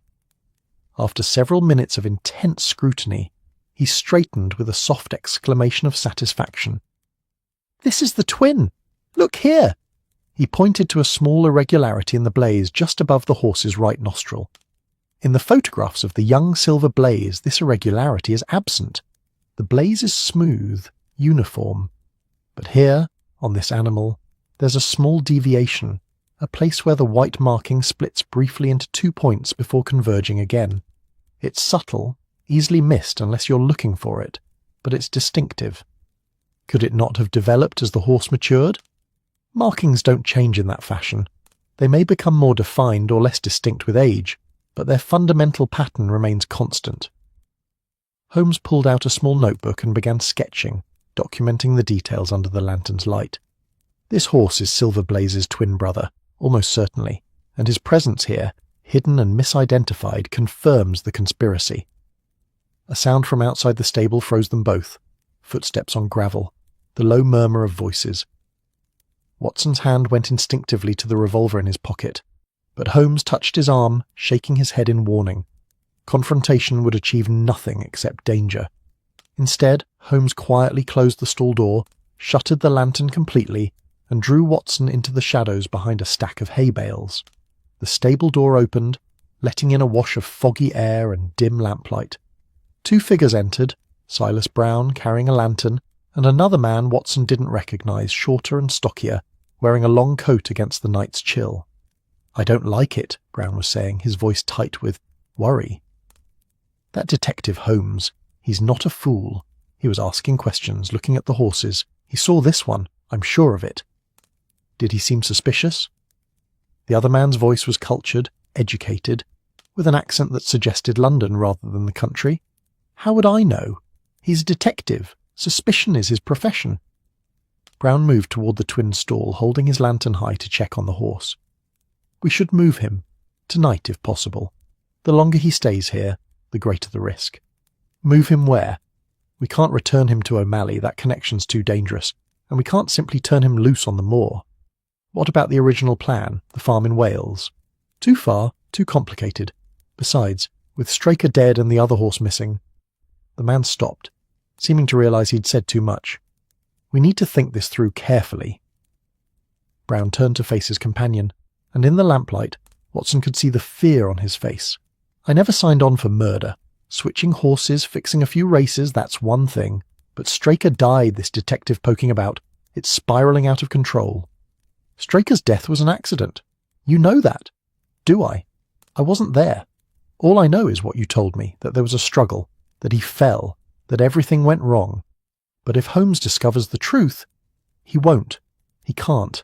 There's no evidence connecting us to Straker's death, and as for the horses, well, this one is exactly what you say he is, a hack with an old injury. No one can prove otherwise.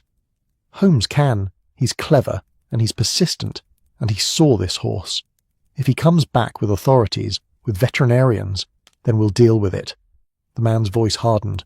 We've come too far to panic now. The Wessex Cup is in 4 days. If we can just maintain the deception until then, we'll make one final switch, profit from the betting, and then disappear before anyone can assemble enough evidence to prosecute. But that requires nerve, Brown. Do you have it? Brown was silent for a long moment. Finally he nodded. 4 days, then I'm out. I don't care how much money's involved. I want no part of this after the Cup. Agreed. Now go back to bed. And if Holmes returns, you know nothing. You've seen nothing. You're simply a trainer running his stable, understood? Understood. The two men left, taking their light with them, and the stable returned to darkness and the soft breathing of horses. Watson waited until the footsteps had faded entirely before whispering, Holmes, we have them. That conversation was suggestive but not conclusive, Holmes replied quietly. They spoke of switching horses, of deception, of Straker's death being an accident during a struggle. But they didn't explicitly confess to murder, and a good barrister could argue multiple interpretations of their words. We need more. What more could we possibly need? The other horse? The true Silver Blaze, who was taken from King's Pyland 3 nights ago. If we can locate him, if we can prove that 2 horses exist and document the conspiracy in its entirety, then we'll have a case that can't be dismissed or explained away. Holmes was already moving toward the stable door, pulling Watson with him. Come, we have work to do, and only 4 days to complete it. They slipped out into the foggy night, leaving Mapleton's secrets behind them. As they walked back across the moor toward King's Pyland, Watson found himself thinking about the twin in his stall, waiting unknowingly to be used one final time in a scheme that had already cost one man his life. The fog swirled around them like questions without answers, and the moor stretched vast and ancient, keeping its own counsel. Somewhere out there a horse was hidden. Somewhere out there the truth waited to be found, and the clock was ticking toward the Wessex Cup. Dawn arrived reluctantly over Dartmoor, the sun a pale disk struggling to assert itself through layers of morning mist. Watson woke from a restless sleep filled with images of horses and fog and shadowed stables, to find Holmes already awake and seated at the writing desk in their shared room, papers spread before him like pieces of an elaborate puzzle finally yielding their pattern. "Good morning, Watson," Holmes said without turning. "I trust you managed some rest despite our nocturnal adventures." Watson stretched, feeling the stiffness in his legs from their midnight trek across the moor. "Some, though my mind kept returning to that conversation we overheard. Holmes, if Straker's death was an accident as they claimed, then it changes the nature of the crime but not its severity. Manslaughter rather than murder, perhaps, but the conspiracy remains, and a man is still dead." Holmes finally turned, his face showing the marks of a sleepless night. Shadows beneath his eyes, a tightness around his mouth, but his expression carried satisfaction. "I've spent the hours since our return analysing everything we know, cross-referencing dates and events, constructing a timeline of the conspiracy. I believe I can now reconstruct what happened with reasonable confidence.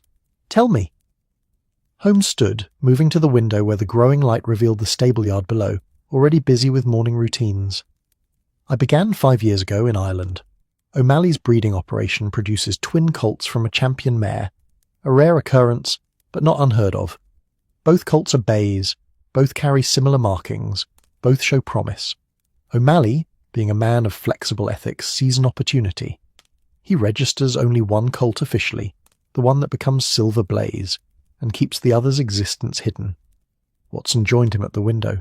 Why not register both? Surely 2 champion horses are worth more than 1. Because 2 registered horses can't be in the same place at the same time without someone noticing. But 1 registered horse and 1 phantom twin can be switched at will, allowing the manipulation of race outcomes for betting purposes. O'Malley sells the registered colt to Colonel Ross for 3,000 guineas, a substantial but not extraordinary sum for a horse of that lineage. The twin he keeps, waiting for the right moment to implement his scheme. When does the switching begin? During Silver Blaze's 2nd year, when Straker notes the sudden change in temperament. I believe that was the first substitution. O'Malley's agents, or perhaps Straker himself if he had already been recruited, made the switch while the horse was still young enough that the substitution wouldn't be immediately obvious. The docile twin replaced the difficult original, or vice versa. The exact sequence matters less than the fact of substitution. Holmes moved away from the window, pacing as he spoke, his hands gesturing to emphasize points in his reconstruction. Over the next 3 years, the scheme operates intermittently. Most of the time, the true champion Silver Blaze races under his own name and wins, building his reputation and keeping his odds favourable. But occasionally, twice that we can document, possibly more times in lesser races, the twin is substituted. The inferior horse races under Silver Blaze's name, performs poorly, loses. Those who know about the switch bet against Silver Blaze at long odds and profit handsomely. And Straker's role? Essential. As the trainer with daily access to the horse, Straker's cooperation is mandatory. I suspect he was recruited through blackmail initially. Those expensive dressmaker bills suggest someone with knowledge of Straker's private indiscretions pressuring him into compliance. Later, he may have been paid as well, becoming a full participant rather than a coerced accomplice. The conspiracy likely involved several people, O'Malley as the originator, Straker as the facilitator, Silas Brown as the keeper of the hidden twin, and at least 1 other person, the well-spoken man we heard last night, coordinating the betting and finances. Watson frowned, trying to follow the complexity. But 3 nights ago, something went wrong. What changed? I believe Straker's conscience finally overcame his fear and greed. Perhaps the approaching Wessex Cup, a major race with enormous sums at stake, made him realise the magnitude of the fraud. Perhaps he learned something that frightened him, or perhaps he simply reached the limits of his tolerance for deception. Whatever the reason, he decided to expose the conspiracy. Holmes paused, his expression grave. The surgical knife is the key. He took it onto the moor that night, intending to mark one of the horses in a way that would prove substitution had occurred, perhaps by making a small distinctive cut that would be visible upon veterinary examination. Permanent proof that 2 horses existed. But which horse did he intend to mark? That, Watson, is where the tragedy deepens. I believe he intended to mark the twin, the horse hidden at Mapleton. If he could demonstrate that Brown's hack was actually a racing-quality thoroughbred with markings identical to Silver Blaze, the fraud would be undeniable. So he arranged to meet his co-conspirators on the moor that night, ostensibly to discuss the Wessex Cup substitution, but actually planning to seize the twin and mark him as evidence. Holmes's voice softened with something like pity. But the conspirators had grown suspicious of Straker's loyalty. When he attempted to carry out his plan, when he approached the twin with the knife perhaps, or when he revealed his intention to expose them, there was a confrontation. In the struggle, Straker fell and struck his head on a stone. The blow killed him, turning fraud into manslaughter.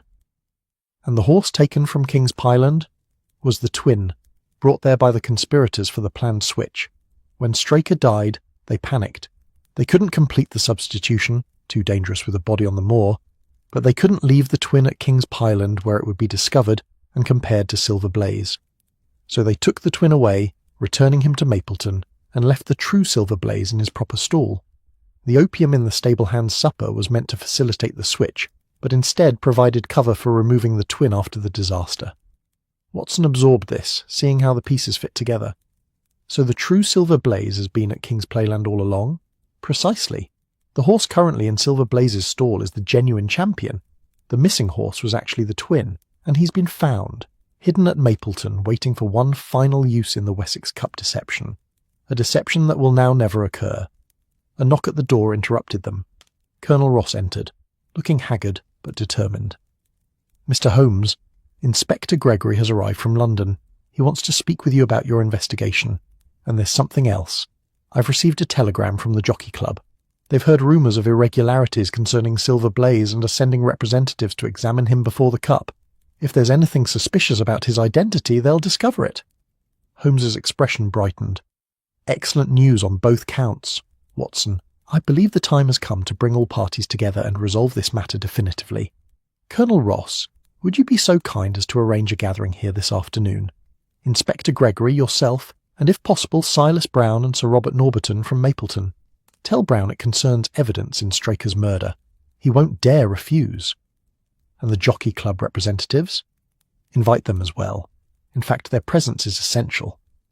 Holmes smiled, that peculiar expression of satisfaction that always appeared when a case approached resolution. It's time for truth to emerge from shadow, for deceptions to be revealed, and for two horses to finally be seen as they truly are, not as rivals or substitutes, but as brothers separated by human greed. The afternoon sun had burned away the morning fog by the time the various parties assembled in Colonel Ross's drawing-room. It was a distinguished but tense gathering. Inspector Gregory, stolid and professional, his notebook ready. Colonel Ross, anxious but hopeful. Silas Brown, looking cornered and defensive, accompanied by his employer, Sir Robert Norberton, a tall aristocratic man clearly bewildered by the summons, and two officials from the Jockey Club, Mr. Henderson and Lord Fairfax, both wearing expressions of grave concern. Holmes stood before the fireplace, the position lending him natural authority, while Watson took a seat near the door, positioned to observe everyone's reactions. The room smelled of tobacco and tension, afternoon light streaming through windows that looked out on the stable yard where Silver Blaze, the true Silver Blaze, stood in his paddock, magnificent and unaware of the drama unfolding on his behalf. "Gentlemen," Holmes began, his voice carrying easily through the room, "thank you for gathering on short notice. I've asked you here because the death of John Straker and the temporary disappearance of Silver Blaze are not separate mysteries, but parts of a single, elaborate conspiracy, one that strikes at the heart of thoroughbred racing's integrity." Inspector Gregory leaned forward. "Mr. Holmes, I've read your telegram with considerable interest.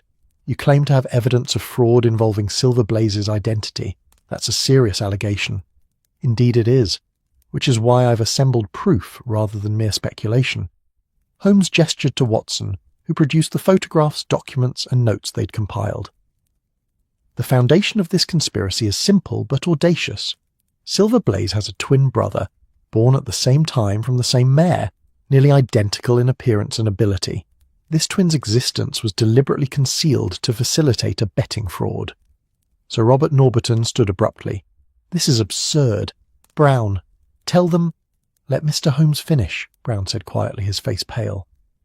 The trainer's shoulders had slumped, and Watson recognised the posture of a man who'd decided confession was preferable to continued deception. Holmes continued, his tone matter-of-fact, presenting evidence as he might present scientific findings. 5 years ago, Irish breeder Patrick O'Malley sold a yearling colt to Colonel Ross. The horse registered as Silver Blaze. What O'Malley concealed was that this colt had a twin, kept unregistered and hidden. Over the subsequent years, these twins were occasionally switched, allowing conspirators to manipulate race outcomes and profit from betting. He displayed the photographs, pointing out the subtle differences in markings, the small discrepancies that proved two distinct animals existed. The Jockey Club officials examined these with growing alarm, while Gregory scribbled notes rapidly. John Straker, Colonel Ross's trainer, was recruited into this conspiracy, initially through blackmail related to personal debts, later as a paid participant. His role was essential. He facilitated the switches, maintained 2 sets of records, and ensured that neither horse showed suspicious changes that might prompt investigation. The twin was kept at Mapleton under Silas Brown's care, disguised as a common hack with an old injury. Brown stood slowly, his weathered face a mask of misery. "It's true," he said, his voice rough. "All of it.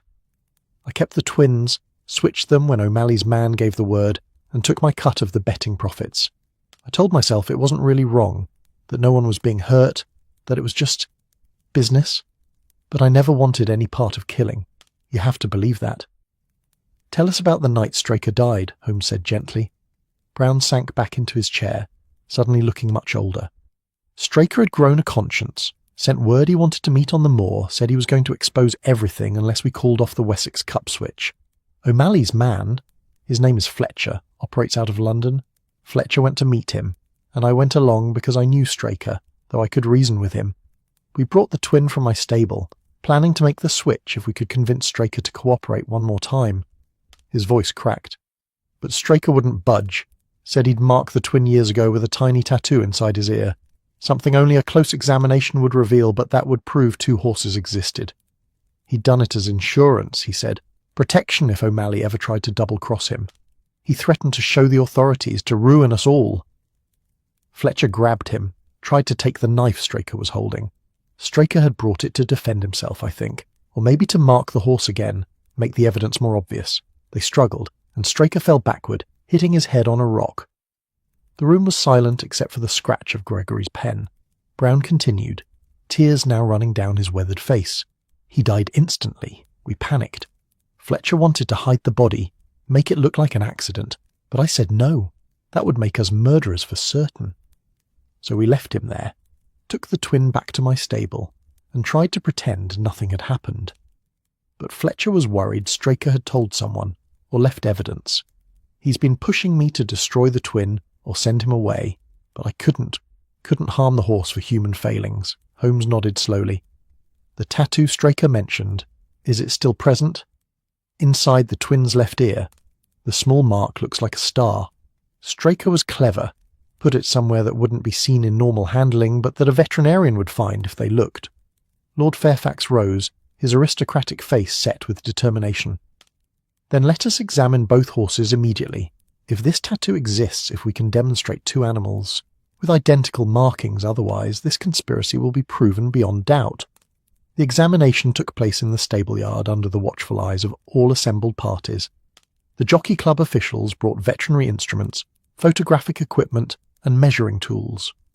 First they examined the horse in Silver Blaze's stall at King's Pyland, the true champion, placid and familiar with such attention.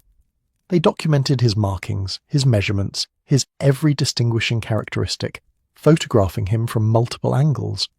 Then, with Brown's reluctant guidance, they proceeded to Mapleton and examined the hack in the corner stall, the twin, more nervous but submitting to the inspection. Again, they documented everything, their professional faces growing more grave as the similarities became undeniable. Finally, one of the veterinarians gently folded back the twin's left ear and examined the inner surface with a magnifying glass. After a moment, he looked up at Lord Fairfax and nodded. There's a tattoo here. Small, professionally done. A 5-pointed star, approximately 3 millimeters in diameter, and the true Silver Blaze has no such mark. Inspector Gregory stepped forward, producing handcuffs. Silas Brown, I'm arresting you for conspiracy to commit fraud and for involvement in the death of John Straker. Mr. Fletcher, whose full name and address you will provide, will be sought for manslaughter and conspiracy. Sir Robert, I'm afraid your ignorance of these crimes doesn't absolve your stable of involvement. The Jockey Club will have questions. Sir Robert, who had sat through the entire proceeding in stunned silence, simply nodded. I knew nothing of this. Nothing. Brown managed the horses. I trusted him. My God. Holmes approached Colonel Ross, who stood gazing at both horses with an expression of wonder and sorrow mingled. The question now, Colonel, is what becomes of these two magnificent animals? Ross was quiet for a long moment. The true Silver Blaze will race in the Wessex Cup under his own name without deception. He deserves that much, to prove himself honestly one final time. After that, he looked at the twin, still standing quietly in his stall, marked forever by human scheming. After that, I think they should both retire together. Brothers kept apart by greed should spend their remaining years in peace, in the same pasture, free from racing and fraud and all the complications humans brought to their lives. A wise and generous decision, Holmes said softly.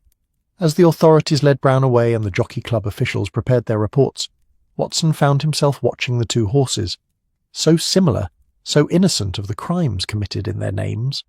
They regarded the humans with patient, intelligent eyes, perhaps understanding in some equine fashion that their lives were changing, that truth had finally caught up with deception.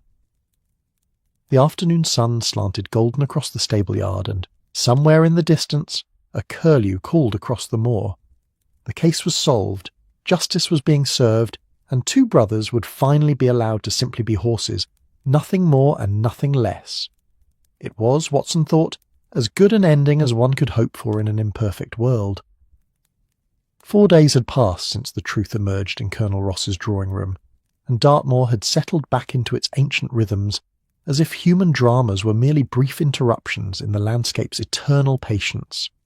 The fog that had cloaked the moor during the investigation had finally lifted, leaving behind skies of startling clarity, the kind of autumn blue that seemed almost painful in its brightness, as if the world were offering apology for its earlier obscurity. Watson stood at the paddock fence, watching the 2 bay horses graze side by side in the afternoon sun. They moved in that companionable silence that brothers often share, occasionally nickering to one another, their white blazes catching the light as they lowered their heads to the grass. It was difficult, watching them now, to imagine the complexity of human scheming that had kept them apart, the greed and fear that had made instruments of their very identities. "Peaceful, isn't it?" Holmes said, appearing beside him with that characteristic quietness of movement. "Almost makes one forget the violence and deception that brought us here." "Almost," Watson agreed. "Have you heard from Inspector Gregory? Any news on Fletcher's capture?" A telegram arrived this morning. Fletcher was apprehended in Dover attempting to board a ferry to Calais. He'll stand trial for manslaughter, along with conspiracy to commit fraud. Brown has turned Queen's evidence, providing full details of O'Malley's operation in exchange for a reduced sentence. O'Malley himself has disappeared, fled to America, Gregory suspects, though extradition proceedings are being initiated. Holmes fell silent, his grey eyes fixed on the horses with an expression Watson had rarely seen. Something softer than his usual analytical detachment, something almost like regret. "I've been thinking about Straker," Holmes said finally. "History will remember him as a criminal, a man who betrayed his employer's trust for profit, but I wonder if that judgment is entirely fair." Watson turned to look at his friend, surprised by the philosophical bent. "What do you mean?" "Consider his circumstances. A man of modest means, talented in his profession but forever dependent on the patronage of the wealthy. He had secrets. Those expensive bills suggest indiscretions, perhaps gambling debts or an extramarital affair. The sort of private failings that Victorian society punishes with social death. O'Malley's people discovered these secrets and used them as leverage, transforming Straker from victim to accomplice." Holmes picked up a piece of straw from the fence post, turning it absently in his fingers. For years, he lived with that compromise, participating in a fraud he likely detested, trapped by fear and financial necessity. And yet, in the end, he found the courage to resist.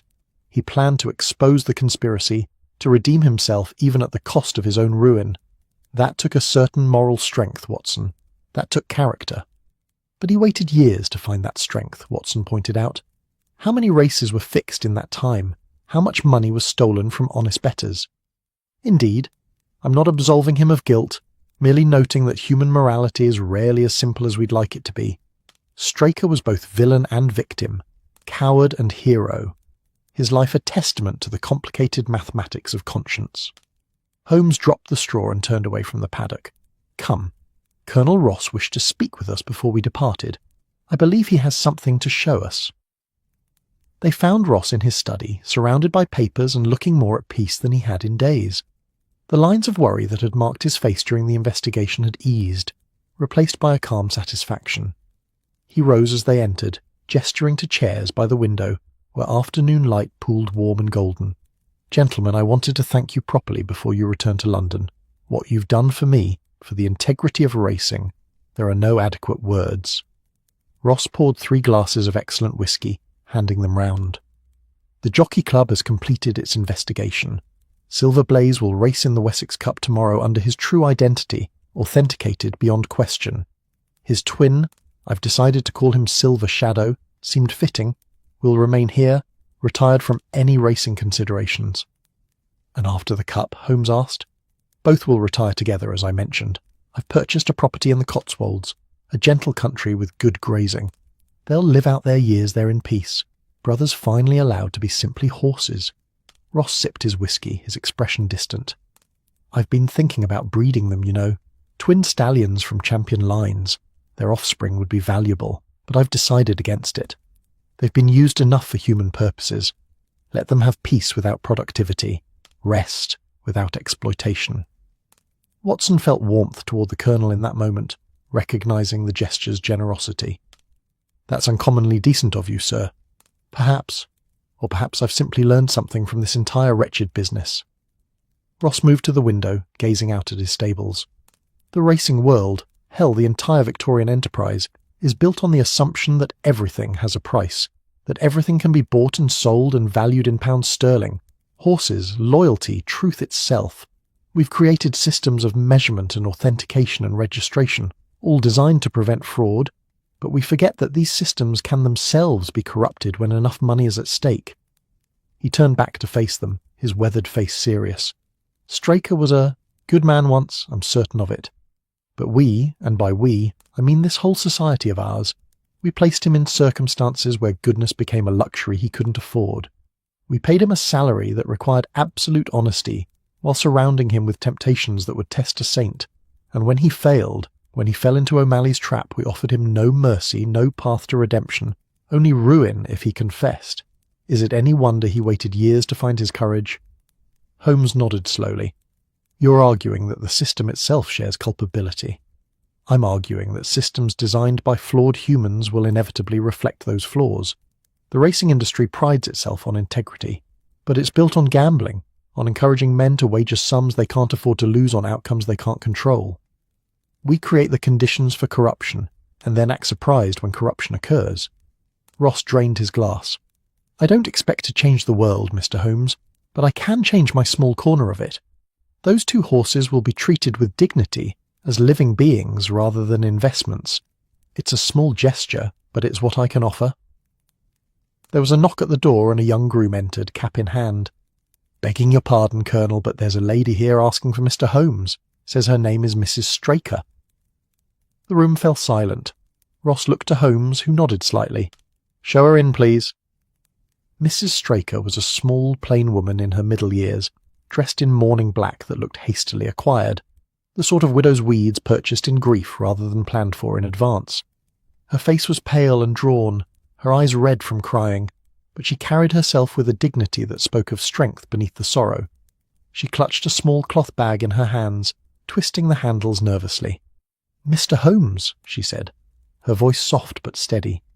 "I hope you'll forgive the intrusion. I know you're preparing to leave, but I needed to speak with you before I left as well." "Please sit," Holmes said gently, offering his own chair. "You're not intruding, Mrs. Straker. I'm deeply sorry for your loss." She sat carefully, as if afraid the chair might collapse beneath her grief. "They're saying terrible things about John, in the village, in the newspapers, that he was a criminal, a fraud, that he deserved what happened to him." Her voice cracked but held.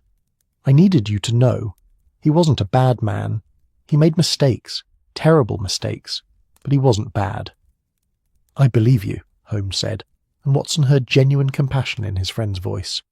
"Your husband was trapped in circumstances that would have challenged anyone's integrity. In the end, he tried to make amends. That should count for something." Mrs. Straker looked up, tears spilling down her cheeks. "Did he?" "No one's told me the details, just that he was involved in some scheme with the horses. Inspector Gregory said John died trying to expose it, but I don't understand how or why." She stopped, overcome, her hands trembling. Watson moved quietly to pour her a glass of water, which she accepted with a grateful nod. After a moment she continued, her voice stronger. "Those bills you found, from the dressmaker in London, they were for my sister, Mr. Holmes. My sister Eleanor, who has expensive tastes and a husband who can't say no to her demands. She borrowed money from John, promised to repay it, and never did. He was too soft-hearted to press her, too ashamed to tell me about it. So he accumulated debts, and then—" she gestured helplessly, "and then someone found out about those debts and used them against him." Holmes leaned forward. "Mrs. Straker, your husband was blackmailed into participating in a racing fraud. He facilitated the switching of horses for betting purposes. But when the scheme escalated, when he realized the full extent of what he'd become involved in, he decided to expose it, even though doing so would ruin him financially and socially. He went onto the moor that night planning to gather evidence, to prove the fraud and end it. His death was the result of that courage. They killed him for trying to do the right thing. They killed him accidentally during a confrontation. It doesn't excuse the crime, but neither was it cold-blooded murder. Your husband died trying to redeem himself, Mrs. Straker. That's worth remembering." She was silent for a long moment, absorbing this. Finally, she opened the cloth bag and withdrew a small leather journal, different from the training records Holmes had examined, older and more worn. "This is John's personal diary. I found it in his things. I've read it, and I think you should have it, Mr. Holmes. It explains things in his own words. Maybe it will help others understand." Holmes accepted the journal with careful hands, as if it were something precious and fragile. "Thank you, Mrs. Straker. This is a generous gift." "It's the truth," she said simply. "John spent the last years of his life living a lie. The least I can do is make sure the truth is known after his death." She stood, smoothing her black dress. "I'm leaving Dartmoor, going to live with my family in Cornwall. I can't stay here, with everyone whispering. But I wanted you to know, John wasn't evil. He was weak, and then he tried to be strong, and it killed him. That's the real tragedy, isn't it? That trying to do right can be as dangerous as doing wrong." After she left, Ross quietly excused himself, sensing that Holmes and Watson needed privacy. Holmes sat with Straker's diary in his lap, not yet opening it, his expression distant. "Will you read it?" Watson asked. "Eventually. Though I suspect it will contain nothing that changes the essential facts of the case, merely confirmation and detail, the inner thoughts of a man struggling with compromise." Holmes set the diary aside carefully. "Mrs. Straker is right, you know. The tragedy isn't that Straker was corrupt, but that his attempt at redemption proved fatal. One might argue the universe is poorly designed if virtue carries the same risks as vice. You're being unusually philosophical today. Perhaps Dartmoor encourages it. This landscape has witnessed human folly for thousands of years. Bronze Age settlements, Roman outposts, medieval castles, all crumbled into the heather. Our little drama of horses and fraud and accidental death is merely the latest scene in an ancient play. The more endures, indifferent to our concerns, and will continue long after we're forgotten." Holmes stood, moving to the window where both horses were still visible, grazing in the late afternoon sun. "Do you know what bothers me most about this case, Watson?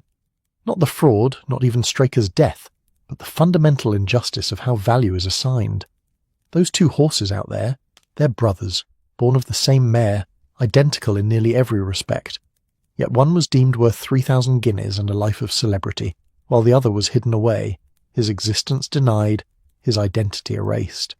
The only difference between them was an accident of registration, a piece of paper saying one is Silver Blaze and the other is nobody." "Humans require systems of identification," Watson pointed out. "Otherwise, how would we know which horse is which?" "Indeed. But our systems of identification become systems of valuation, and our systems of valuation become systems of exploitation. We don't simply identify things. We price them, rank them, judge them worthy or unworthy based on arbitrary criteria. And then we're surprised when people manipulate those systems for profit." Holmes shook his head. "I'm not advocating for chaos, Watson, merely noting that civilization's necessary fictions sometimes produce unnecessary suffering. Deep thoughts for a horse-switching case. Every case is a window into human nature, and human nature is the only mystery worth sustained investigation." Holmes turned from the window, his expression lightening slightly. "But enough philosophy. We have a train to catch tomorrow afternoon, after we witness Silver Blaze's final race. Colonel Ross has kindly offered us seats in his box at the Wessex Cup. It would be churlish to refuse. You want to see if he wins? I want to see him race honestly, without deception or substitution. Win or lose is less important than the integrity of the competition. Though between you and me, Watson, I suspect he'll win. Not because he's necessarily the fastest horse, but because he'll be racing as himself, without the psychological burden of fraud. There's a freedom in truth that often translates to excellence." The Wessex Cup dawned clear and bright, the kind of perfect autumn day that seemed ordered specifically for outdoor spectacle. The racetrack at Tavistock was crowded with spectators, aristocrats in their finest attire, middle-class families enjoying a day out, bookmakers shouting odds, vendors selling meat pies, and Hull. The air buzzed with excitement and the peculiar energy that surrounds significant sporting events, where the outcome matters terribly to some and provides mere entertainment to others. Holmes and Watson sat in Colonel Ross's box, positioned to offer excellent views of the track. The colonel was visibly nervous, his hands gripping the rail as various horses were paraded before the crowd. Desborough from Mapleton was there, running under new management now that Sir Robert had dismissed his entire stable staff. Several other thoroughbreds of excellent pedigree completed the field, each with their supporters and detractors among the betting crowd. And then Silver Blaze appeared, led by a new head groom. Ned Hunter had been promoted to head trainer, a position he'd accepted with appropriate solemnity. The horse looked magnificent, coat gleaming, muscles rippling beneath the skin, head held high with what Watson could only describe as confidence. The crowd murmured appreciatively, and the odds, displayed on large boards, showed him as the favourite despite recent events, or perhaps because of them. The scandal had only increased public interest, and many in the crowd had come specifically to see the famous horse whose identity had been so dramatically questioned and confirmed. "He looks ready," Ross murmured. "God, I hope we haven't put him through too much, what with the examinations and the stress of the investigation." "He's a champion," Holmes said calmly. "Champions tend to rise to occasions rather than shrink from them." The horses approached the starting line, a barrier system recently adopted from American racing, considered more fair than the traditional flag start. Watson felt his own pulse quicken as the horses lined up, jockeys in their colourful silks checking reins and stirrups, each animal's personality evident in how they handled the tension. Desborough danced nervously, wasting energy. Silver Blaze stood calm, focused, almost meditative in his readiness. The barrier was lifted. The race began. Watson had attended horse races before, but had never quite captured the visceral thrill of the start. The explosion of movement, the thunder of hooves, the collective gasp of the crowd as tons of horseflesh accelerated from stillness to full gallop in seconds. The horses bunched together initially, jockeys jostling for position, and in the confusion it was difficult to distinguish individuals.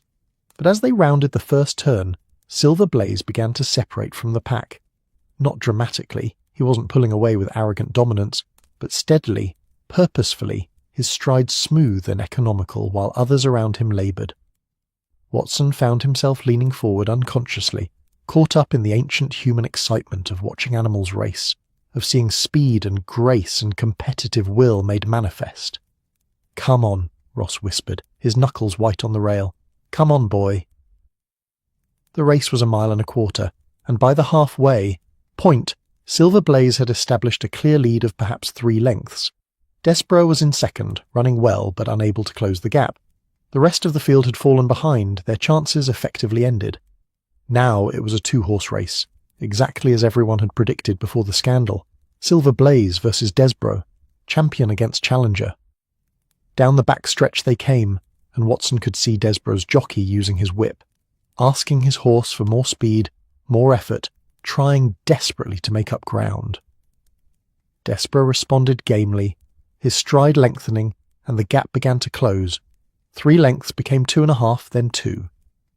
But Silver Blaze seemed to sense the challenge. Without visible urging from his jockey, the great bay horse accelerated, his stride becoming something almost supernatural in its power and fluidity. It was as if he'd been conserving energy for precisely this moment, waiting for a real challenge before revealing his full capacity. The crowd roared as they entered the final turn, the sound washing over the track like a physical force. 2 lengths became 3 again, then 4. Silver Blaze was pulling away with what racing aficionados call another gear, that reserve of speed that separates good horses from great ones, that indefinable quality of heart that can't be measured or bred but only recognised when witnessed. They thundered down the home stretch, Silver Blaze now 5 lengths ahead, and Watson realised he was on his feet, shouting along with everyone else, caught up in the moment's pure drama. Beside him, Colonel Ross had tears streaming down his weathered face. Whether from joy or relief or the simple release of tension, Watson couldn't say. Silver Blaze crossed the finish line 6 lengths ahead of Desborough, his stride still strong, still fluid, as if he could have run another mile without difficulty. The crowd's roar peaked and then dissolved into cheering, applause, the happy chaos of celebration and settling bets. Holmes remained seated, but he was smiling, genuinely smiling, that rare expression of uncomplicated pleasure. "Magnificently done," he said quietly. "He raced with joy, Watson. Did you see it? Not just determination or competitive spirit, but actual joy in the running. That's what makes a true champion. Not speed or strength, but the love of the thing itself. Colonel Ross had turned away, composing himself, and when he turned back, his face showed something beyond happiness. Gratitude, perhaps, or peace. "Thank you," he said to Holmes, his voice rough with emotion, "for finding the truth, for clearing his name, for giving him this moment. Whatever comes next, he's proven himself today, proven he's exactly what everyone always believed him to be." "He proved it to himself," Holmes corrected gently, "which is the only proof that matters." They remained for the presentation ceremony, watching as Silver Blaze was draped with flowers, and Colonel Ross accepted the ornate silver cup that would give the race its name for another year. The horse stood calmly through the festivities, occasionally nuzzling his groom's shoulder, seemingly unbothered by the crowd's attention. He'd done his job, run his race, and now was ready for whatever came next. Whether more racing or retirement he would accept with equine equanimity. As the crowd began to disperse, Holmes and Watson made their way back toward Colonel Ross's box to collect their things and make their farewells. They found Ross in conversation with Lord Fairfax from the Jockey Club, both men looking serious despite the day's triumph. "Ah, Mr. Holmes," Fairfax said as they approached, "I was just telling the Colonel the Jockey Club has completed its review of the entire Silver Blaze affair. We're implementing new authentication protocols, more rigorous veterinary examinations, and photographic documentation requirements. We're determined that such fraud will be much more difficult to perpetrate in future." "Commendable," Holmes said, "though I suspect determined fraudsters will adapt to whatever new systems you implement. The eternal arms race between security and deception. Perhaps, but we must try." Fairfax paused, looking uncomfortable. "There's been some discussion about Silver Blaze's winnings from races where the twin may have substituted. Technically, those victories would be invalid, and prize money might need to be returned." Ross's face fell. "I understood that possibility. I'm prepared to make whatever restitution." "Actually," Fairfax interrupted, "the club has decided to let those results stand. We can't prove definitively which horse raced in which event, and the scandal of retroactively invalidating major races would damage the sport's reputation more than the original fraud. Officially, we're treating the entire 5 years as Silver Blaze's career, with the understanding that some ambiguity exists. It's not perfect justice, but it's practical." "The art of the possible," Holmes murmured. "Sometimes pragmatism serves society better than absolute principle." They spoke a while longer about procedural matters and future safeguards, but Watson's attention drifted. He found himself watching the now quiet racetrack, where groundskeepers were already clearing debris and preparing for tomorrow's lesser races. The temporary nature of it all struck him. The excitement that had filled this space just minutes ago had evaporated, leaving only empty stands and trampled grass, as if the whole event had been a collective dream. "Melancholy, Watson," Holmes said, appearing beside him. "Just reflective. One moment there's this tremendous drama, this intensity of experience, and the next it's over, fading into memory." "Everything fades into memory eventually. That's what makes the present moment precious. Its impermanence. Silver Blaze will retire now, spend his remaining years peacefully, and in time, this race, this scandal, the whole complicated story will be forgotten by all but a few specialists in racing history. The more will continue, the seasons will turn, and new dramas will replace old ones." "You're being philosophical again. Dartmoor encourages it, as I said." Holmes turned to face Watson fully, his expression serious but warm. "Thank you, old friend." "For what?" "For being here. For your steady presence throughout this investigation. For understanding when to speak and when to remain silent. For sharing the journey." Holmes smiled slightly. "I solve cases, Watson, but you make the solving meaningful. Without witness, without companionship, it's merely intellectual exercise. With you, it becomes a human experience worth preserving." Watson felt an unexpected emotion tighten his throat. "I wouldn't miss it, Holmes. Not for anything." They stood together in companionable silence, watching the autumn sun begin its descent toward the western hills. Soon they would board the train to London, return to Baker Street, resume their ordinary lives of consultations and investigations, and the comfortable rhythms of friendship. But for this moment, they existed in the liminal space between adventure and home, still carrying the case's emotional weight but beginning to set it down. Colonel Ross approached with Silver Blaze's lead rope in hand. "I'm taking him back to King's Pyland now, gentlemen. Tomorrow he'll begin his journey to the Cotswolds with his brother. I wondered if you'd like to see them off." "We have an evening train to catch," Holmes said, "but we can certainly attend their departure tomorrow morning. It seems fitting to see the story through to its conclusion." The next morning arrived with gentle rain, the sort of soft drizzle that Dartmoor wore like a familiar garment. Holmes and Watson stood in the stable-yard at King's Pyland, watching as grooms prepared both horses for travel. A large horse-box had been brought, luxurious by equine transport standards, with padded walls and good ventilation, and both bays would travel together to their new home. Silver Blaze and Silver Shadow stood side by side, and Watson was struck again by their similarity. Only the small tattoo inside Shadow's ear marked them as individuals. Otherwise they might have been mirror images. They nuzzled each other occasionally, communicating in that mysterious way horses have, seemingly content with the arrangement. "Do you think they remember being apart?" Watson wondered aloud. "Who can say what horses remember?" Holmes replied. "But they seem comfortable together now, and that's what matters. The past can't be changed, only the future shaped by choices made today." Colonel Ross oversaw the loading personally, ensuring both animals were comfortable and secure. When everything was ready, he turned to Holmes and Watson, with an expression of deep satisfaction mixed with melancholy. "This is goodbye, then, to the horses, to this chapter of my life. I'm retiring from racing after this, you know, taking up farming instead, something honest and uncomplicated. I've had enough of gambling and competition, and the corrupting influence of too much money chasing too few victories." "A wise decision," Holmes said, shaking the Colonel's hand, "and a happy ending, as much as reality permits such things.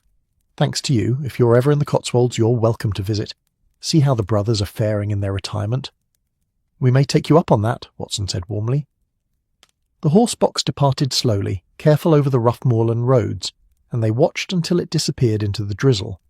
Then Holmes and Watson collected their bags from Ross's residence and began their own journey to the station, retracing the path they'd walked that first fog-shrouded evening that now felt like weeks ago rather than mere days. The moor stretched around them, ancient and enduring, its heather-covered slopes disappearing into grey mist. Somewhere out there, Straker had died trying to make amends. Somewhere out there, the twin had been hidden, waiting. But those dramas had passed, absorbed into the landscape's long memory, and the moor continued as it always had, indifferent, patient, eternal. "Holmes," Watson said as they walked, "do you believe in redemption? True redemption, I mean, not just the resolution of legal consequences?" Holmes considered the question seriously. "I believe people can change, if that's what you're asking. Whether that change constitutes redemption in some cosmic sense, I can't say. I'm a detective, not a theologian." But Straker tried to do better, at great cost to himself. Mrs. Straker will carry that knowledge forward, and perhaps it will ease her grief. That seems redemptive enough. And the horses? The horses were innocent throughout, victims of human schemes they couldn't understand or consent to. Their redemption lies in being allowed to simply be horses, to graze and run and exist without the burden of human values and judgments. It's the kind of redemption we should all hope for, to be seen for what we actually are rather than what others project onto us. They reached the station as their train was arriving, steam billowing white against the grey sky. As they settled into their compartment for the journey back to London, Watson pulled out his notebook. He'd been keeping notes throughout the case, as was his habit, thinking it might make a good story for the Strand if Holmes approved. "What will you call it?" Holmes asked, noticing the notebook. "When you write it up for publication, I mean."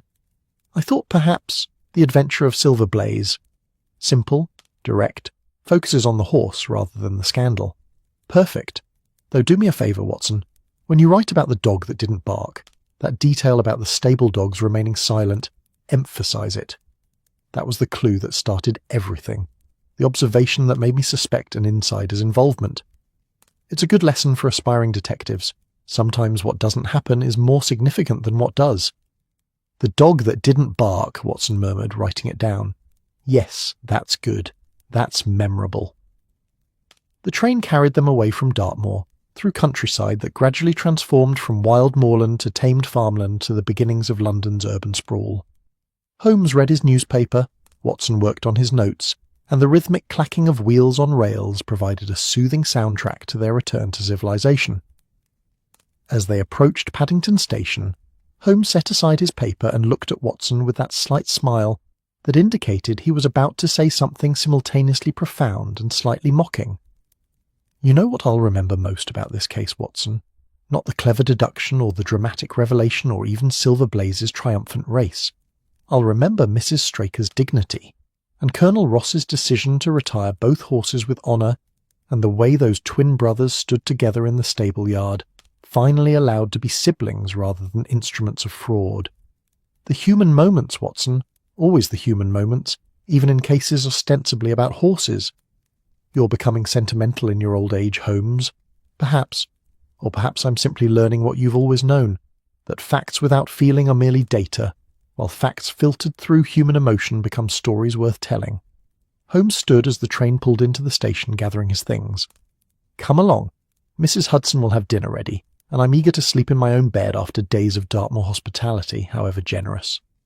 They emerged into London's evening bustle, the noise and smoke and endless human energy of the great city, so different from the quiet moors they'd left behind. Baker Street beckoned, and home, and the comfortable resumption of their regular lives. But Watson knew he would carry Dartmoor with him for a long time, its fog and heather, its ancient stones and patient endurance, and the story of two horses who'd been separated by human greed and reunited by human conscience. It was, he thought as they hailed a cab, the kind of story that deserved to be told, not just as a detective puzzle, but as a reminder that truth, however long delayed, eventually finds its way to light, and that redemption, while never simple, is sometimes possible for those brave enough to seek it. The cab carried them home through London's glittering streets, and behind them, Dartmoor remembered what had passed, adding another tale to the thousands it kept in its ancient heart. The moor would be there tomorrow and the next day, and long after everyone involved in this small drama had returned to dust.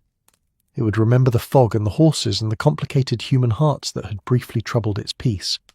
And in that remembering, in that patient witnessing, there was a kind of immortality, not for individuals, but for the eternal pattern of human failing and striving, an occasional grace. The story was over. The story would endure. And somewhere in the Cotswolds, two brothers graze side by side in the autumn twilight, finally free. That's our story tonight. Maybe you're settling into the quiet night of Osaka, the warm seaside breeze of Lagos, the gentle twilight of Budapest, or the peaceful glow of Vancouver. If this moment brought you peace, like the episode, and subscribe for more nights wrapped in calm and comfort. Let the night settle around you like a soft blanket. Let your thoughts drift slowly.